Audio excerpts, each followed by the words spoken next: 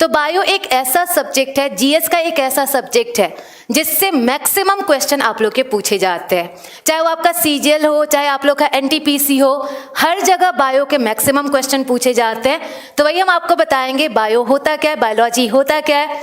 तो चलिए देखें व्हाट इज बायोलॉजी, आपका बायोलॉजी होगा क्या। तो जो हमारा बायोलॉजी है, बायोलॉजी कोई मेन सब्जेक्ट नहीं होता, बायोलॉजी एक सब्जेक्ट का ब्रांच होता है। और कौन सा सब्जेक्ट का ब्रांच होता है, तो बायो हमारे साइंस का ब्रांच होता है। साइंस हमारा मेन सब्जेक्ट है और साइंस का ही एक ब्रांच है जिसको हम लोग बोलते हैं बायोलॉजी, आपका बायो बोलते हैं। तो चलिए देखिए व्हाट इज साइंस, विज्ञान क्या होता है, साइंस क्या होता है। तो देखिए जहां पर भी आप लोग बैठे हुए हैं वो पूरा इन्वायरमेंट मेनली 2 फैक्टर से मिलकर बना होगा। और कौन कौन से 2 फैक्टर से मिलकर बना होगा, सबसे पहले आप लोग जो है, आप लोग कैसे फैक्टर होंगे, आप लोग लिविंग फैक्टर होंगे, आप लोग सजीव फैक्टर होंगे। तो आप लोग जो हैं वो कैसे फैक्टर होंगे, लिविंग होंगे। ऐसे देखिए पूरे क्लास में हमारा पूरे रूम में एयर होगा, हवा होगा, और जो हवा है, हवा हमारा कैसा फैक्टर होगा, तो हवा हमारा नॉन लिविंग फैक्टर होगा, निर्जीव फैक्टर होगा। तो देखिए मेनली कोई भी इन्वायरमेंट 2 फैक्टर से मिलकर बना होता है, लिविंग और नॉन लिविंग से मिलकर बना होता है। तो देखिए लिविंग कैसे मिलकर बना है, नॉन लिविंग कैसे मिलकर बना है, इसी की स्टडी को हम लोग क्या कहते हैं, साइंस कहते हैं, विज्ञान कहते हैं। तो विज्ञान हमारा इन सिंपल वर्ड में विज्ञान हुआ क्या, study of living and non living, सजीव तथा निर्जीव का अध्ययन। तो देखिए हमारा सजीव जैसे हम लोग हैं, हमारी सबसे छोटी इकाई क्या होती है, हम लोग सबसे छोटा किससे मिलकर बने होते हैं, तो हम लोग सबसे छोटे सेल से, कोशिका से मिलकर बने होते हैं। कोशिका की स्टडी किस में होगी, बायोलॉजी में।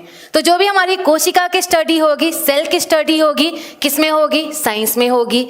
ऐसे ही देखिए जो भी हमारा नॉन लिविंग है, निर्जीव है, निर्जीव की स्टडी किस में होगी, आपके नॉन लिविंग की स्टडी किस में होगी, ये भी हमारी साइंस में होगी।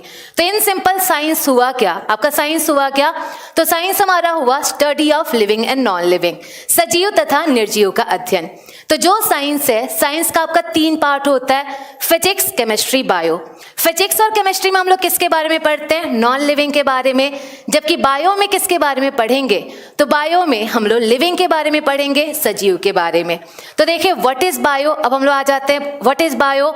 बायो क्या होगा, तो देखिए बायोलॉजी हमारा क्या होता है। आप लोग पहला वर्ड ही देखें, पहला वर्ड ही क्या है, बायो। बायो एंड बायो का मतलब क्या होता है, bio is a root word for life. Bio जो है ये हमारे लाइफ के लिए रूट वर्ड है। लॉजी का मतलब क्या हो जाएगा, स्टडी, मतलब दोनों को मिलाकर देखिए व्हाट इज बायोलॉजी, बायोलॉजी हमारा क्या होगा, स्टडी ऑफ लाइफ, जीवन का अध्ययन। तो जो भी हमारा जीवन का अध्ययन है, मतलब जो भी हम लोग लाइफ की स्टडी करेंगे वो हमारा किस में आएगा, बायोलॉजी में आएगा। तो देखिए जो बायो है, बायो भी एक ब्रांच नहीं होता है, बायो के भी 2-2 ब्रांच होते हैं। और बायो के कौन कौन से 2 ब्रांच होते हैं, तो सबसे पहला हमारा बायो का ब्रांच कौन सा होगा, ये होगा जूलॉजी। जूलॉजी, और जूलॉजी में हम लोग किसके बारे में पढ़ेंगे, तो जूलॉजी में हम लोग एनिमल्स के बारे में पढ़ते हैं, जंतुओं के बारे में पढ़ते हैं। जबकि सेकंड देखिए, सेकंड हमारा क्या होगा, तो सेकंड होगा हमारा बॉटनी, वनस्पति विज्ञान। और वनस्पति विज्ञान में हम लोग किसके बारे में पढ़ते हैं, प्लांट्स के बारे में। तो बायो का भी 2 पार्ट हुआ, जूलॉजी, और सेकंड हमारा कौन सा हुआ, बॉटनी। तब आप लोग बताएंगे हम लोगों की स्टडी किस में होती होगी, हम लोगों की स्टडी किस में होती होगी, हमारी जो स्टडी है वो किस में होती होगी, आप लोग के जूलॉजी में होगी कि बॉटनी में होगी। हमारी जो स्टडी होगी, ह्यूमन की जो स्टडी होगी, वो जूलॉजी में होती होगी कि बॉटनी में होती होगी। तो आप लोग को पता है ह्यूमन जो होते हैं, ह्यूमन क्या होते हैं, ह्यूमन सोशल एनिमल होते हैं। जो भी आपके ह्यूमन है वो सामाजिक प्राणी होते हैं। और जब ह्यूमन सामाजिक प्राणी है, मतलब हम लोग जब सोशल एनिमल है, हमारी स्टडी किस में होगी, जूलॉजी में। तो जूलॉजी आपका क्या हुआ, जूलॉजी एनिमल, जितने भी एनिमल्स है इंक्लूडिंग ह्यूमन, इसकी स्टडी होती है जूलॉजी में। जबकि जितने भी पौधे होते हैं, पौधों की स्टडी किस में होती है, ये होती है बॉटनी में। तो इन्हीं के बारे में पढ़ना है, जूलॉजी भी पढ़ना है, हमें बॉटनी भी पढ़ना है। ऐसा बिल्कुल नहीं है कि हम लोग सिर्फ जूलॉजी पढ़ेंगे, जूलॉजी भी पढ़ेंगे, हम लोग बॉटनी के बारे में भी पढ़ेंगे। तो चलिए अब हम आपको बताते हैं बायो जो है, बायो आपके कौन कौन से एग्जाम में आ सकता है, या जो अभी हम लोग पढ़ रहे हैं, अभी हमारा जो भी पढ़ाई है वो कौन कौन से एग्जाम के लिए इंपॉर्टेंट हो सकता है। सबसे पहले आप इस पे ध्यान देंगे, क्योंकि इसके बाद भी कई सारे लोग ये पूछते हैं मैम इस एग्जाम में हो जाएगा, इस एग्जाम के लिए हो जाएगा। तो पहले आप लोग ध्यान दें कौन कौन से एग्जाम के लिए हम लोग इसमें पढ़ सकते हैं, कौन कौन से एग्जाम हमारा कवर हो जाएगा। तो सबसे पहले देखिए, हमारा जितने भी एसएससी के एग्जाम होते हैं, जितने भी हमारा एसएससी का एग्जाम है, चाहे आपका सीपीओ का एग्जाम हो, चाहे आपका सीजीएल का एग्जाम हो, चाहे आपका सीएचएसएल का एग्जाम हो, इन सब में हमारा बायो जो पढ़ेंगे वो आपका क्लियर हो जाएगा, कवर हो जाएगा। तो एसएससी के एग्जाम, जितने भी एसएससी का एग्जाम है, सबके लिए कवर हो जाएगा। इसके साथ साथ देखिए, जो भी हमारा रेलवे का एग्जाम होता है, जैसे एनटीपीसी वगैरह हो गया, रेलवे का एग्जाम भी इसमें कवर हो जाएगा। तो जितने भी आपका रेलवे के एग्जाम में जितने भी क्वेश्चंस आते हैं, ये भी हमारा बायो यहाँ से कवर हो जाएगा। इसके साथ साथ और हमारा क्या कवर हो जाएगा, तो जितने भी हमारे डिफेंस के एग्जाम होते हैं, डिफेंस के एग्जाम जैसे आपका एनडीए का एग्जाम होता है, आपका सीडीएस का एग्जाम होता है, ये भी हमारा कवर हो जाएगा। जैसे आपने सुना होगा सीडीएस में कम से कम बायो के 10 से 14 क्वेश्चन पूछे जाते हैं, 10 से लेकर 14 क्वेश्चन पूछे जाते हैं। और ये जो भी आपके क्वेश्चन पूछे जाते हैं वो आज के क्लास में आपका, आज के क्लास में नहीं सॉरी, बायो के क्लास में आपका कवर हो जाएगा। तो ये हो गया हमारा डिफेंस में कवर हो जाएगा। और देखिए और हमारा क्या क्या कवर इसमें हो सकता है, तो हमारा सीटेट जो टीचर का एग्जाम होता है वो भी आपका कवर हो जाएगा। इसी के साथ साथ जितने भी हमारे स्टेट पुलिस के एग्जाम होते हैं, जैसे हमारा दिल्ली पुलिस हो गया, यूपी पुलिस हो गया, ये सारा एग्जाम हो जाए, ये भी कवर हो जाएगा। इसके साथ साथ देखिए जितने हमारे स्टेट पीसीएस के एग्जाम होते हैं, लाइक यूपी पीसीएस हो गया, आपका बिहार पीसीएस हो गया, ये भी कवर हो जाएगा। और सबसे ज्यादा आप लोग का जो यूपीएससी होता है, आईएएस जो होता है, आईएएस का बेसिक पूरी तरह तैयार हो जाएगा। तो इन सिंपल कहें, आपके जितने भी एग्जाम हैं, सारे एग्जाम के लिए जो बायो आता है, बायो आपका कवर हो जाएगा। तो अब ये मत पूछिएगा कि इस एग्जाम में आएगा कि नहीं आएगा, इस एग्जाम में आएगा कि नहीं आएगा। तो बैंकिंग को छोड़कर लगभग हर पेपर में बायो पूछा जाता है और आपका बायो हर एग्जाम के लिए कवर हो जाएगा। तो ये था हमारा बायो कौन कौन से एग्जाम में आएगा। अब देखिए आपको बायो क्या क्या पढ़ना है, मतलब बायो का सिलेबस क्या, हाँ जी डीआरडीओ भी हो जाएगा, बिल्कुल हो जाएगा। एनईईटी का भी बेसिक लेवल आपका हो जाएगा, एनईईटी का जो बेसिक लेवल है वो भी आपका क्लियर यहाँ से हो जाएगा। तो चलिए अब हम आपको बताएं कौन कौन सा यहाँ पे सिलेबस है, क्या क्या आपको पढ़ना होगा। हम आपको सिलेबस बताएंगे, साथ साथ क्वेश्चन बताएंगे, कौन से टॉपिक से क्या क्या क्वेश्चन पूछा जाता है, ये सारा आपको डिस्कस किया जाएगा। हाँ जी केबीएस हमने क्या बोला, सारे एग्जाम में आपका ये कवर हो जाएगा। तो चलिए अब हम आपको सिलेबस बताते हैं, सिलेबस क्या क्या होगा, मतलब बायो में हम लोग क्या क्या पढ़ेंगे। तो चलिए देखिए, जो हमारा बायो है, बायो किसकी स्टडी होती है, बायो हमारी लिविंग की स्टडी है, बायो सजीव का अध्ययन है। और जब बायो हमारे सजीव का अध्ययन है, बायो का सबसे छोटा पार्ट क्या होगा, हमारा सबसे छोटा पार्ट क्या होगा, तो हमारा सबसे छोटा जो पार्ट है ये होगा सेल, हमारी कोशिका होगी। तो देखिए सबसे पहला जो हमारा टॉपिक होगा, बायो लिविंग का अध्ययन है, इसीलिए पहला जो टॉपिक होगा ये होगा हमारा सेल, हमारी कोशिका, सेल कोशिका। तो चलिए थोड़ा बहुत डिस्कस करें, व्हाट इज कोशिका, हमारा सेल क्या होता है, कोशिका क्या होती है। तो आप लोग बताएं व्हाट इज कोशिका, हमारा सेल क्या होता है। तो सेल हमारा क्या होगा, हमारी जो बॉडी है, हमारे बॉडी के सबसे छोटे यूनिट को हम लोग क्या कहते हैं, सेल कहते हैं, कोशिका कहते हैं।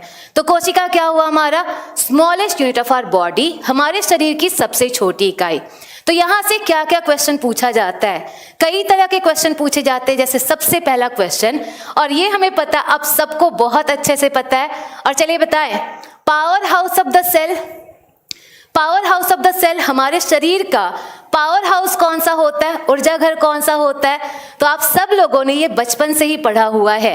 और हमारे बॉडी का पावर हाउस क्या होता है, हमारा माइटोकॉन्ड्रिया होता है, माइटोकॉन्ड्रिया को कहते हैं powerhouse of the cell. और हम लोग इसमें क्या बताएंगे, तो चलिए नेक्स्ट बताइए, traffic police of the cell, हमारे बॉडी का ट्रैफिक पुलिस कौन सा होगा, तो हमारे बॉडी का ट्रैफिक पुलिस कौन सा होता है, एक हमारे सेल में एक पार्ट होता है जिसको हम लोग बोलते हैं गोल्जी बॉडी, गोल्जी बॉडी। और इस गोल्जी बॉडी को हम लोग क्या कहते हैं? Traffic police of the cell. तो जिनको पता है बहुत अच्छी बात है कि उनको पता है, लेकिन जिनको नहीं पता है उनको हम ये सारा पढ़ाएंगे कि कौन से सेल के पार्ट को क्या बोला जाता है, ये सब कुछ पढ़ाएंगे। इसी में हम आपको डीएनए और आरएनए के बारे में बताएंगे कि डीएनए आरएनए क्या होता है, इन दोनों में अंतर क्या होता है, ये सारा डिस्कस किया जाएगा। इसी के साथ साथ हम आपको पूरी तरह सेल डिवीजन बताएंगे, कोशिका विभाजन बताएंगे कि हमारे बॉडी के कौन कौन से सेल में माइटोसिस होता है, किसमें मियोसिस होता है, ये सब कुछ डिस्कस किया जाएगा। तो ये हमारा टॉपिक था और ये हमारा टॉपिक क्या हो गया? सेल हो गया, कोशिका हो गया। हाँ जी, आपका हिंदी इंग्लिश दोनों में पीडीएफ मिलता है। तो चलिए देखें नेक्स्ट हमारा टॉपिक क्या होना चाहिए। तो नेक्स्ट हमारा जो टॉपिक होगा ये होगा हमारा ब्लड एंड सर्कुलेटरी सिस्टम। ये हो गया हमारा नेक्स्ट टॉपिक, और नेक्स्ट टॉपिक होगा हमारा ब्लड एंड सर्कुलेटरी सिस्टम। इसको हिंदी में हम लोग क्या कहते हैं? इसको हिंदी में कहते हैं रुधिर तथा परिसंचरण तंत्र। तो ये हो गया हमारा नेक्स्ट टॉपिक, और नेक्स्ट टॉपिक होगा रुधिर तथा परिसंचरण तंत्र। और इसमें हम लोग क्या क्या पढ़ेंगे? तो ब्लड में पढ़ेंगे, ब्लड में हमारा आरबीसी होता है, डब्ल्यूबीसी होता है, ये हमारा ब्लड में होता है। ब्लड में ही हमारा ब्लड ग्रुप होता है, कौन कौन सा हमारा ब्लड ग्रुप है, कैसे मम्मी पापा से हमें ब्लड ग्रुप मिल जाता है कि अगर मम्मी का ब्लड ग्रुप है ए तो हमारा भी ब्लड ग्रुप ए हो गया, कैसे मिलेगा, ये सब आपको डिस्कस करेंगे, ब्लड ग्रुप पूरा डिस्कस करेंगे। इसी के साथ साथ पढ़ाएंगे जो भी हमारा ब्लड क्लॉटिंग होता है, जो भी हमारा खून थक्का जमता है, खून कैसे थक्का जमता है, ये पूरा प्रोसेस आपको डिस्कस किया जाएगा। तो ये हमारे ब्लड टॉपिक में होगा। इसके साथ साथ हम लोग क्या बताएंगे? इसके साथ साथ बताएंगे हमारा हार्ट कैसे काम करता है, हमारा हृदय कैसे काम करता है, हृदय में आपका पेस मेकर क्या होता है, आपका दिल में छेद बीमारी क्या होती है, ये सारा बताया जाएगा सर्कुलेटरी सिस्टम परिसंचरण तंत्र में। नहीं, ये क्लास फ्री नहीं है, इसका फीस 699 है जो आप लोग परचेज कर सकते हैं। तो ये क्या हो गया? ये हो गया हमारा blood and circulatory system. Next देखिए, नेक्स्ट हमारा टॉपिक क्या हो जाएगा? नेक्स्ट हमारा जो टॉपिक होगा ये होगा हमारा ब्रेन एंड नर्वस सिस्टम। ये हो गया नेक्स्ट टॉपिक, और नेक्स्ट टॉपिक हमारा हुआ ब्रेन एंड नर्वस सिस्टम। और ब्रेन एंड नर्वस सिस्टम, इसको हिंदी में हम लोग क्या कह देते हैं? इसको हम लोग हिंदी में कह देंगे मस्तिष्क तथा तंत्रिका तंत्र। तो ये हो गया नेक्स्ट टॉपिक, और नेक्स्ट टॉपिक हुआ मस्तिष्क तथा तंत्रिका तंत्र, आपका ब्रेन एंड नर्वस सिस्टम। और इसमें हम लोग क्या पढ़ेंगे? तो इसमें हम लोग ब्रेन के बारे में पढ़ेंगे कि ब्रेन का क्या क्या काम होता है, आपके सपने आपके ब्रेन के कौन से पार्ट से बनते हैं, अगर कोई पर्सन कोमा में चला जाए उसके ब्रेन का कौन सा पार्ट खराब होगा, तो ये सारा हम आपको बताएंगे। ब्रेन क्या काम करता है, ब्रेन का फंक्शन क्या होगा, और ब्रेन कौन से सिस्टम का पार्ट होता है, आपके नर्वस सिस्टम का पार्ट होता है, ये भी हम आपको सारा पढ़ाएंगे। इसी में पढ़ाएंगे कि आपके न्यूरॉन्स क्या होते हैं, न्यूरॉन्स भी कितने तरह के होते हैं, नर्व्स कितने तरह के होते हैं, ये सारा आप लोग को डिस्कस किया जाएगा। तो ये हो गया हमारा टॉपिक, और ये क्या हो गया? Brain and nervous system. अब आता है नेक्स्ट, और नेक्स्ट हमारा टॉपिक क्या होगा? ये हमारा एक इम्पॉर्टेंट टॉपिक होता है, यहाँ से कई बार और कई सारे क्वेश्चन पूछे जाते हैं, इसलिए ये टॉपिक हमारा इम्पॉर्टेंट होगा। ये टॉपिक हमारा कौन सा होता है? ग्रंथि तथा हार्मोन। ग्रंथि तथा हार्मोन, तो ये हो गया नेक्स्ट टॉपिक, और नेक्स्ट टॉपिक हमारा क्या हो गया? ग्रंथि तथा हार्मोन। और ग्रंथि तथा हार्मोन, इसमें हम लोग क्या पढ़ेंगे? तो इसमें हम लोग पढ़ेंगे हमारे बॉडी में कौन कौन से ग्लैंड्स होते हैं, उन ग्लैंड का फंक्शन क्या होता है, ये सब कुछ पढ़ा जाएगा। तो कभी आप लोगों ने इंसुलिन का नाम सुना है? आप लोगों ने कभी इंसुलिन का नाम सुना है? इंसुलिन का नाम आपने सुना होगा।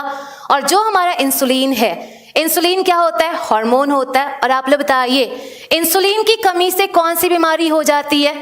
आप लोग से पूछा जाए इंसुलिन की कमी से कौन सी बीमारी हो जाती है, तो इंसुलिन एक हार्मोन है, और उसकी कमी से क्या होगा? हमें डायबिटीज हो जाता है, हमें शुगर हो जाता है, मधुमेह हो जाता है।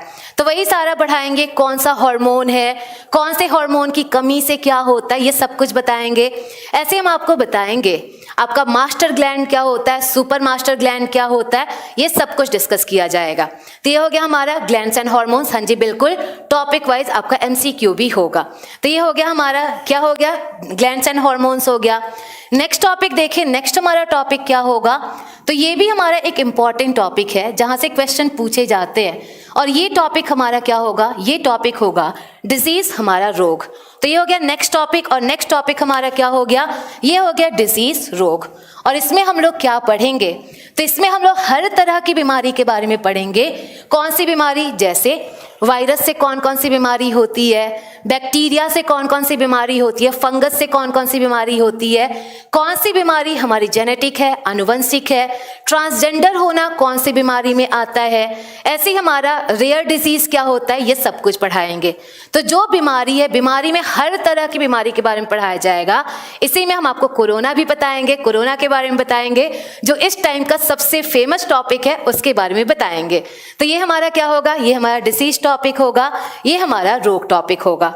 नेक्स्ट देखें, नेक्स्ट हम लोग क्या पढ़ेंगे, जो आज हम लोग पढ़ेंगे नेक्स्ट हमारा क्या होगा, nutrition and digestion. Nutrition and digestion मतलब आप लोग खाना खाएंगे और खाना खाने के साथ साथ खाने को पचाएंगे। तो नेक्स्ट हमारा टॉपिक क्या हुआ, नेक्स्ट हमारा हुआ पोषण तथा पाचन। पोषण तथा पाचन मतलब खाने को खाएंगे और खाना को खाने के साथ साथ क्या करेंगे, खाने को पचाएंगे। तो चलिए बताइए, अगर हम आपसे पूछे ब्यूटी विटामिन कौन सा होता है, which vitamin is known as beauty vitamin, हमारा ब्यूटी विटामिन कौन सा होगा, तो ब्यूटी विटामिन कौन सा होता है, एक हमारा होता है विटामिन ई, विटामिन ई, और इसी विटामिन ई को हम लोग क्या कहते हैं, ब्यूटी विटामिन। तो अगर आप लोग को सुंदर होना है और भी सुंदर होना है तो आप लोग को क्या करना होगा, विटामिन ई खाना होगा। और ये विटामिन ई कहाँ से खाएंगे, तो जितने भी हमारे सब्जियों के बीज के तेल होते हैं वहीं से हम लोग विटामिन ई खा सकते हैं। तो ये हो गया हमारा विटामिन ई, जो कि हमारा ब्यूटी विटामिन होगा। इसके साथ साथ और इसमें क्या पढ़ेंगे, तो प्रोटीन क्या होता है, हमारा कार्बोहाइड्रेट क्या होता है, प्रोटीन खाने से क्या मिलेगा, कार्बोहाइड्रेट खाने से क्या मिलेगा, ये सारा हम लोग पढ़ेंगे न्यूट्रिशन आपके पोषण में। तो ये हो गया हमारा नेक्स्ट टॉपिक न्यूट्रिएंट। इसके बाद हम लोग क्या पढ़ेंगे, तो इसके बाद हम लोग पढ़ेंगे स्केलेटल सिस्टम। स्केलेटल सिस्टम और स्केलेटल सिस्टम, और इसी के साथ साथ हम लोग पढ़ेंगे मस्कुलर सिस्टम। मस्कुलर सिस्टम, और इसमें हम लोग क्या क्या पढ़ेंगे, तो इसमें अपने हड्डियों के बारे में पढ़ेंगे, कंकाल तंत्र के बारे में पढ़ेंगे, और कंकाल तंत्र के साथ साथ हम लोग मांसपेशिया तंत्र के बारे में पढ़ेंगे कि हमारे बॉडी में कितने मसल्स होते हैं, कौन सा मसल सबसे बड़ा होगा, कौन सा मसल सबसे छोटा होगा, ये सारा पढ़ेंगे। और ये किस में पढ़ेंगे हम लोग, मस्कुलर सिस्टम, मांसपेशियों के बारे में पढ़ेंगे।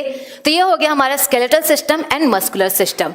नेक्स्ट देखें, नेक्स्ट हमारा टॉपिक क्या होगा, ये टॉपिक जनरली हम जीएस स्पेशल में नहीं पढ़ाते, यहाँ पर हम आपको पढ़ाएंगे। और ये हमारा टॉपिक क्या होगा, तो नेक्स्ट टॉपिक जो होगा वो होगा रिप्रोडक्शन। रिप्रोडक्शन इन ह्यूमन, मानव में जनन। तो ये हो गया हमारा नेक्स्ट टॉपिक। और नेक्स्ट टॉपिक हमारा क्या होगा, ये होगा मानव में जनन, मतलब हमारा रिप्रोडक्शन कैसे होता है, मेल का रिप्रोडक्टिव ऑर्गन क्या होगा, फीमेल का रिप्रोडक्टिव ऑर्गन क्या होगा, ये सारा आप लोग को डिस्कस किया जाएगा। मानव में जनन, रिप्रोडक्शन जो होगा ये इसमें डिस्कस किया जाएगा। इसके साथ साथ और हम लोग क्या पढ़ेंगे, नेक्स्ट हम लोग क्या पढ़ेंगे, तो नेक्स्ट हम लोग पढ़ेंगे, ये पढ़ेंगे रेस्पिरेशन। रेस्पिरेशन और आपका एक्सक्रीशन। रेस्पिरेशन और एक्सक्रीशन मतलब सांस लेने के बारे में पढ़ेंगे और यूरिन बनने के बारे में पढ़ेंगे। तो नेक्स्ट हमारा टॉपिक क्या हो गया, ये हो गया श्वसन तथा मूत्रोत्सर्जन। श्वसन तथा मूत्रोत्सर्जन मतलब इसमें हम लोग सांस लेने के बारे में पढ़ेंगे और इसके साथ साथ यूरिन बनने के बारे में। तो बता सकते हैं इसमें कौन कौन से ऑर्गन के बारे में पढ़ेंगे, इनमें हम लोग कौन कौन से ऑर्गन के बारे में पढ़ेंगे। रेस्पिरेशन में कौन सा ऑर्गन होगा, हमारा श्वसन कौन से ऑर्गन द्वारा होता है, तो हमारा श्वसन कौन से ऑर्गन द्वारा होगा, लंग्स के द्वारा। तो इसमें हम लोग किसके बारे में पढ़ेंगे, लंग्स के बारे में। ऐसे ही देखें हमारा एक्सक्रीशन किसके द्वारा होता है, यूरिन किसके द्वारा होता है, किडनी के द्वारा। तो इसमें हम लोग किसके बारे में, किडनी के बारे में, वृक्क के बारे में। तो इसमें हम लोग फेफड़े के बारे में पढ़ेंगे, इसके साथ साथ अपनी किडनी के बारे में पढ़ेंगे, पूरा स्ट्रक्चर बताएंगे, लंग्स का पूरा स्ट्रक्चर बताएंगे, किडनी का पूरा स्ट्रक्चर बताएंगे। और ये हो गया हमारा रेस्पिरेशन एंड एक्सक्रीशन। अब देखिए नेक्स्ट टॉपिक क्या होगा, तो नेक्स्ट टॉपिक होगा हमारा जेनेटिक्स। जेनेटिक्स और जेनेटिक्स अनुवंशिकी। तो ये हो गया हमारा नेक्स्ट टॉपिक। नेक्स्ट टॉपिक जो होगा ये होगा जेनेटिक्स अनुवंशिकी। और अनुवंशिकी में हम क्या पढ़ाएंगे, अनुवंशिकी में हम मेंडल के लॉ के बारे में पढ़ाएंगे। मेंडल का लॉ जो होता है उसके बारे में डिस्कस करेंगे कि मेंडल का लॉ क्या कहता है, हमारा रेसेसिव जीन क्या होता है, डोमिनेंट जीन क्या होता है, ये सारा पढ़ाएंगे। और ये हमारा किस में आएगा, हमारे जेनेटिक्स में आएगा, हमारे अनुवंशिकी में आएगा। नेक्स्ट देखें, नेक्स्ट हम लोग किसके बारे में पढ़ेंगे, तो नेक्स्ट जो हम लोग पढ़ेंगे ये पढ़ेंगे बायोटेक्नोलॉजी। बायोटेक्नोलॉजी और बायोटेक्नोलॉजी इसका यूज कहाँ कहाँ है, बायोटेक्नोलॉजी का कहाँ कहाँ यूज़ है। बायोटेक्नोलॉजी से जैसे बैगन बनाया गया, आप लोग का बीटी ब्रिंजल बनाया गया है, बीटी कॉटन बनाया गया है, इन सब का हम अच्छाई भी बताएंगे, बुराई भी बताएंगे। तो बायोटेक्नोलॉजी का आजकल एडवांटेज क्या है, डिसएडवांटेज क्या है, ये सारा आप लोग को डिस्कस करेंगे। हाँ जी, ये 12th क्लास की है तो ये सारा हम आपको बताएंगे कि कौन सा आपका टॉपिक बायोटेक्नोलॉजी में आएगा। इसके बाद लास्ट हमारा क्या होगा, तो लास्ट होगा, नहीं सॉरी सेकेंड लास्ट होगा आपका। सेकेंड लास्ट टॉपिक क्या हुआ, ये होगा classification of organism. Classification of organism, जीवों का वर्गीकरण। तो ये हो गया नेक्स्ट टॉपिक। और नेक्स्ट टॉपिक हमारा क्या होगा, क्लासिफिकेशन ऑफ ऑर्गेनिज्म।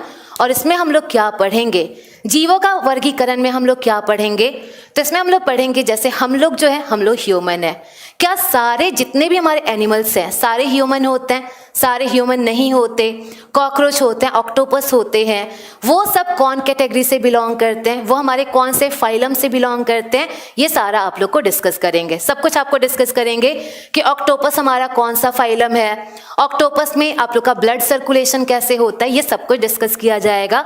तो नेक्स्ट क्या हुआ, क्लासिफिकेशन ऑफ ऑर्गेनिज्म, जीवों का वर्गीकरण। जबकि लास्ट हमारा क्या हो जाएगा, लास्ट जो हमारा टॉपिक होगा ये होगा बॉटनी। बॉटनी, और बॉटनी हमारा क्या हो गया, वनस्पति विज्ञान। बॉटनी वनस्पति विज्ञान, और वनस्पति विज्ञान खुद में एक बहुत बड़ा टॉपिक है। और इसमें हम लोग क्या पढ़ेंगे, प्लांट में बीमारी कौन कौन सी होती है, फंगस से कौन सी बीमारी होगी, बैक्टीरिया से कौन सी होगी, प्लांट डिजीज पढ़ेंगे। इसी में पढ़ेंगे रिप्रोडक्शन, प्लांट का रिप्रोडक्शन कैसे होता है। तो जितने भी हमारे पार्ट हैं, टिश्यू भी आ जाएगा, सेल वाला टिश्यू जो है वो सेल में ही आ जाएगा। ऐसे हम लोग प्लांट टिश्यू के बारे में पढ़ेंगे, प्लांट में कौन कौन से उत्तक होते हैं, फोटोसिंथेसिस क्या होगा, ये सब कुछ डिस्कस किया जाएगा। तो ये था हमारा सिलेबस, कौन कौन सा टॉपिक पढ़ना है। तो सिलेबस छोटा है ना, छोटा सा टॉपिक है आप लोग का, छोटा सा ही सिलेबस है, कम ही पढ़ना होगा। टाइमिंग सेम रहेगा, हाँ जी टाइमिंग सेम रहेगा आप लोग का। फ्राइडे और सैटरडे 4 बजे बायो की क्लास होगी। फ्राइडे और सैटरडे जो होगा वो आपकी 4 बजे क्लास होगी बायो की। हाँ जी, इनमें सब कुछ पढ़ा जाएगा। बॉटनी में हर एक चीज पढ़ा जाएगा। बॉटनी में प्लांट डिसीज कौन सा होता है, प्लांट रिप्रोडक्शन, प्लांट के टिश्यू, सब कुछ इसमें डिस्कस किया जाएगा। तो छोटा सा ही टॉपिक है ना, बायो तो बिल्कुल छोटा सा है, ऐसा नहीं है। बायो बहुत ज्यादा टाइम आपको, डाइजेस्टिव सिस्टम यहाँ तो आ तो गया, डाइजेस्टिव सिस्टम तो इसमें आ ही गया। तो चले अब हम आपको बता दें, ये जो पूरा हमने आप लोग को लिखवाया है ये अप्रॉक्स कितने दिन में खत्म हो जाएगा, अप्रॉक्स कितने क्लास में ये खत्म हो जाएगा। तो देखिए ये जो भी हमने लिखवाया है ये आप लोग का कम से कम 50 से 70 घंटे में खत्म होगा। तो ये आपका 50 से 70 घंटे में ये पूरा टॉपिक पढ़ाया जाएगा। मतलब 50 से 70 अगर देखें तो अप्रॉक्स आपकी कितनी क्लासेस होंगी, 45 क्लासेस में ये सारे आपके टॉपिक्स खत्म होंगे। तो ये था हमारा बायो के बारे में। बायो है क्या, बायो का टॉपिक हमने सब कुछ बता दिया, क्या क्या टॉपिक है। अब आप लोग बताएंगे आप लोग को पढ़ना क्या है। हाँ जी हर्षवर्धन बताए तो बॉटनी में प्लांट रिप्रोडक्शन भी पढ़ाएंगे, इसी में जीवाणु विषाणु सारे जो हैं, सारे जो भी बीमारियां होती है वो सब कुछ पढ़ाएंगे। तो चलिए अब बताएं आप लोग को पढ़ना क्या है। टॉपिक तो वैसे भी लिखा ही जा चुका है कि क्या पढ़ना है, फिर भी एक फॉर्मेलिटी करना चाहिए, क्या पढ़ना है। हाँ जी हो जाएगा, खत्म हो जाएगा 3 महीने में। प्राइस कितना है, 699 है इस फी का, इस आपके कोर्स का फी। फर्स्ट बॉटनी नहीं पढ़ाएंगे आप लोग को, हमने बता रखा है कि क्या पढ़ाएंगे। ऑलरेडी आप लोग के जो यूट्यूब है, यूट्यूब पे ऑलरेडी बता दिया गया था कि क्या पढ़ना है। तो आज हम लोग विटामिन पढ़ेंगे, विटामिन्स पढ़ेंगे। लेकिन विटामिन्स हम लोग कहाँ से स्टार्ट करेंगे, विटामिन्स कोई अलग टॉपिक तो है नहीं, विटामिन्स आपका किस टॉपिक का पार्ट है, न्यूट्रिशन का पार्ट है। तो पहले हम लोग न्यूट्रिशन स्टार्ट करते हैं और न्यूट्रिशन में ही हम आपको विटामिन डिस्कस करेंगे। तो चलिए स्टार्ट करते हैं आप लोग का न्यूट्रिशन के बारे में, पोषक तत्वों के बारे में। किसी ने पूछा आपका नाम क्या है, तो मेरा जो नाम है वो है सबा। सबा मेनली हम बायो पढ़ाते हैं, जो भी करियर विल पे बायो आता है बायो हम पढ़ाते हैं। और जो लोग मेरे पुराने स्टूडेंट्स हैं वो ये ना सोचे कि इसमें कुछ नया नहीं पढ़ाया जाएगा, जो भी टॉपिक पढ़ाएंगे उसमें कुछ आप लोग को नया जरूर मिलेगा। ये बिल्कुल ऐसा नहीं है कि सब कुछ नया होगा, लेकिन हाँ जो पुराने स्टूडेंट्स हैं उनको भी इसमें कुछ नया पढ़ने को मिलेगा।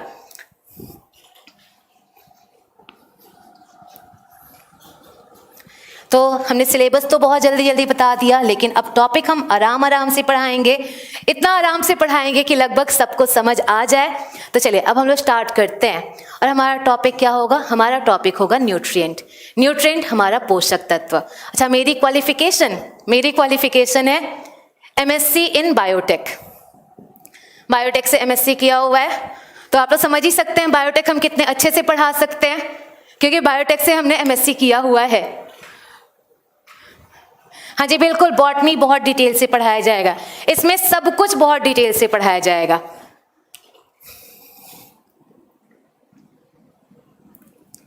तो चलिए अब हमारा टॉपिक क्या हो, आपका पहला टॉपिक क्या होगा?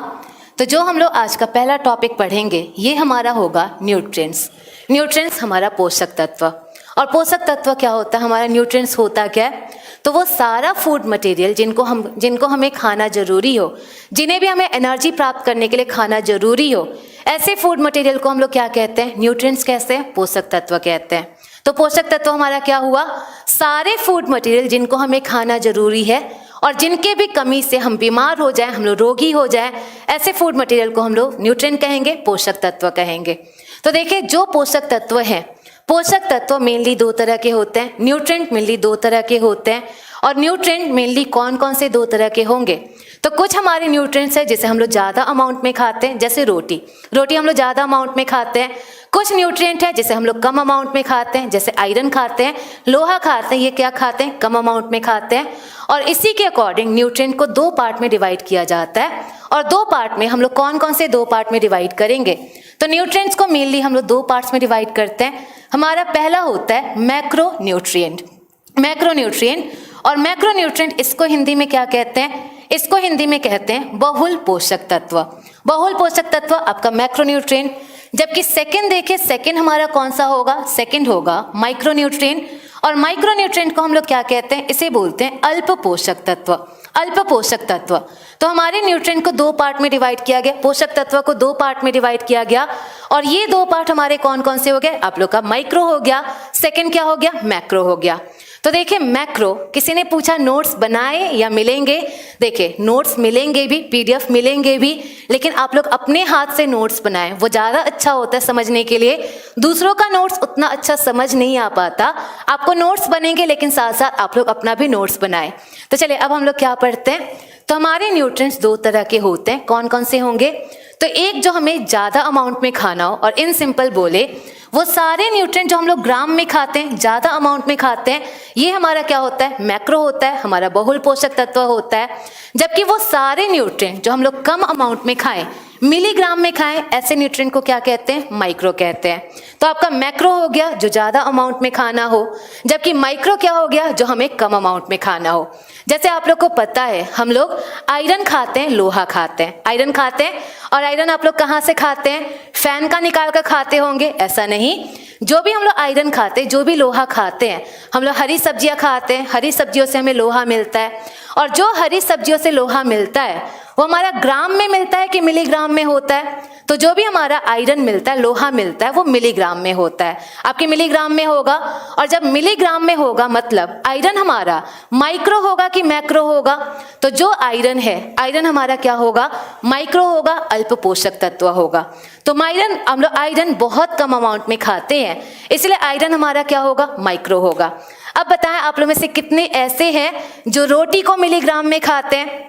क्या आप लोगों में से ऐसा भी कोई है जो रोटी मिलीग्राम में खाता होगा? रोटी मिलीग्राम में नहीं खाते, रोटी हम लोग ग्राम में खाते हैं, ग्राम में खाते हैं। और कई लोग ऐसे भी हैं जो रोटी किलोग्राम में भी खाते हैं। तो जब हम लोग रोटी ग्राम और किलोग्राम में खाते हैं, रोटी हमारा क्या होगा? रोटी माइक्रो होगा कि मैक्रो होगा? रोटी हमारा क्या होगा? मैक्रो होगा। तो जो भी हमने कम अमाउंट में खाया ये हमारा क्या हो गया? माइक्रो हो गया। जो भी हमने ज़्यादा अमाउंट में खाया ये हमारा क्या हो गया? मैक्रो हो गया। तो यही दो तरह के हमारे न्यूट्रिएंट्स होते हैं, माइक्रो होता है और मैक्रो होता है। तो चलिए देखिए कौन कौन सा न्यूट्रिएंट हम लोग खाते हैं, कौन कौन सा खाना खाते हैं। तो आप लोग को क्या लगता होगा आप लोग कौन कौन सा खाना खाएंगे? तो यहाँ हम लोग रोटी सब्जी ये नहीं लिखेंगे। अब रोटी सब्जी से क्या क्या मिलता है हम उनकी बात करें तो देखिए न्यूट्रिएंट कौन कौन सा हमारा न्यूट्रिएंट होता है। मेनली हमारे 6 न्यूट्रिएंट होते हैं, 6 न्यूट्रिएंट होते हैं। और हमारे 6 न्यूट्रिएंट कौन कौन से होते हैं? तो सबसे पहला जो हमारा न्यूट्रिएंट होगा ये हमारा कौन सा होगा, कार्बोहाइड्रेट्स। तो ये हो गया हमारा पहला न्यूट्रिएंट जो हो गया कार्बोहाइड्रेट्स।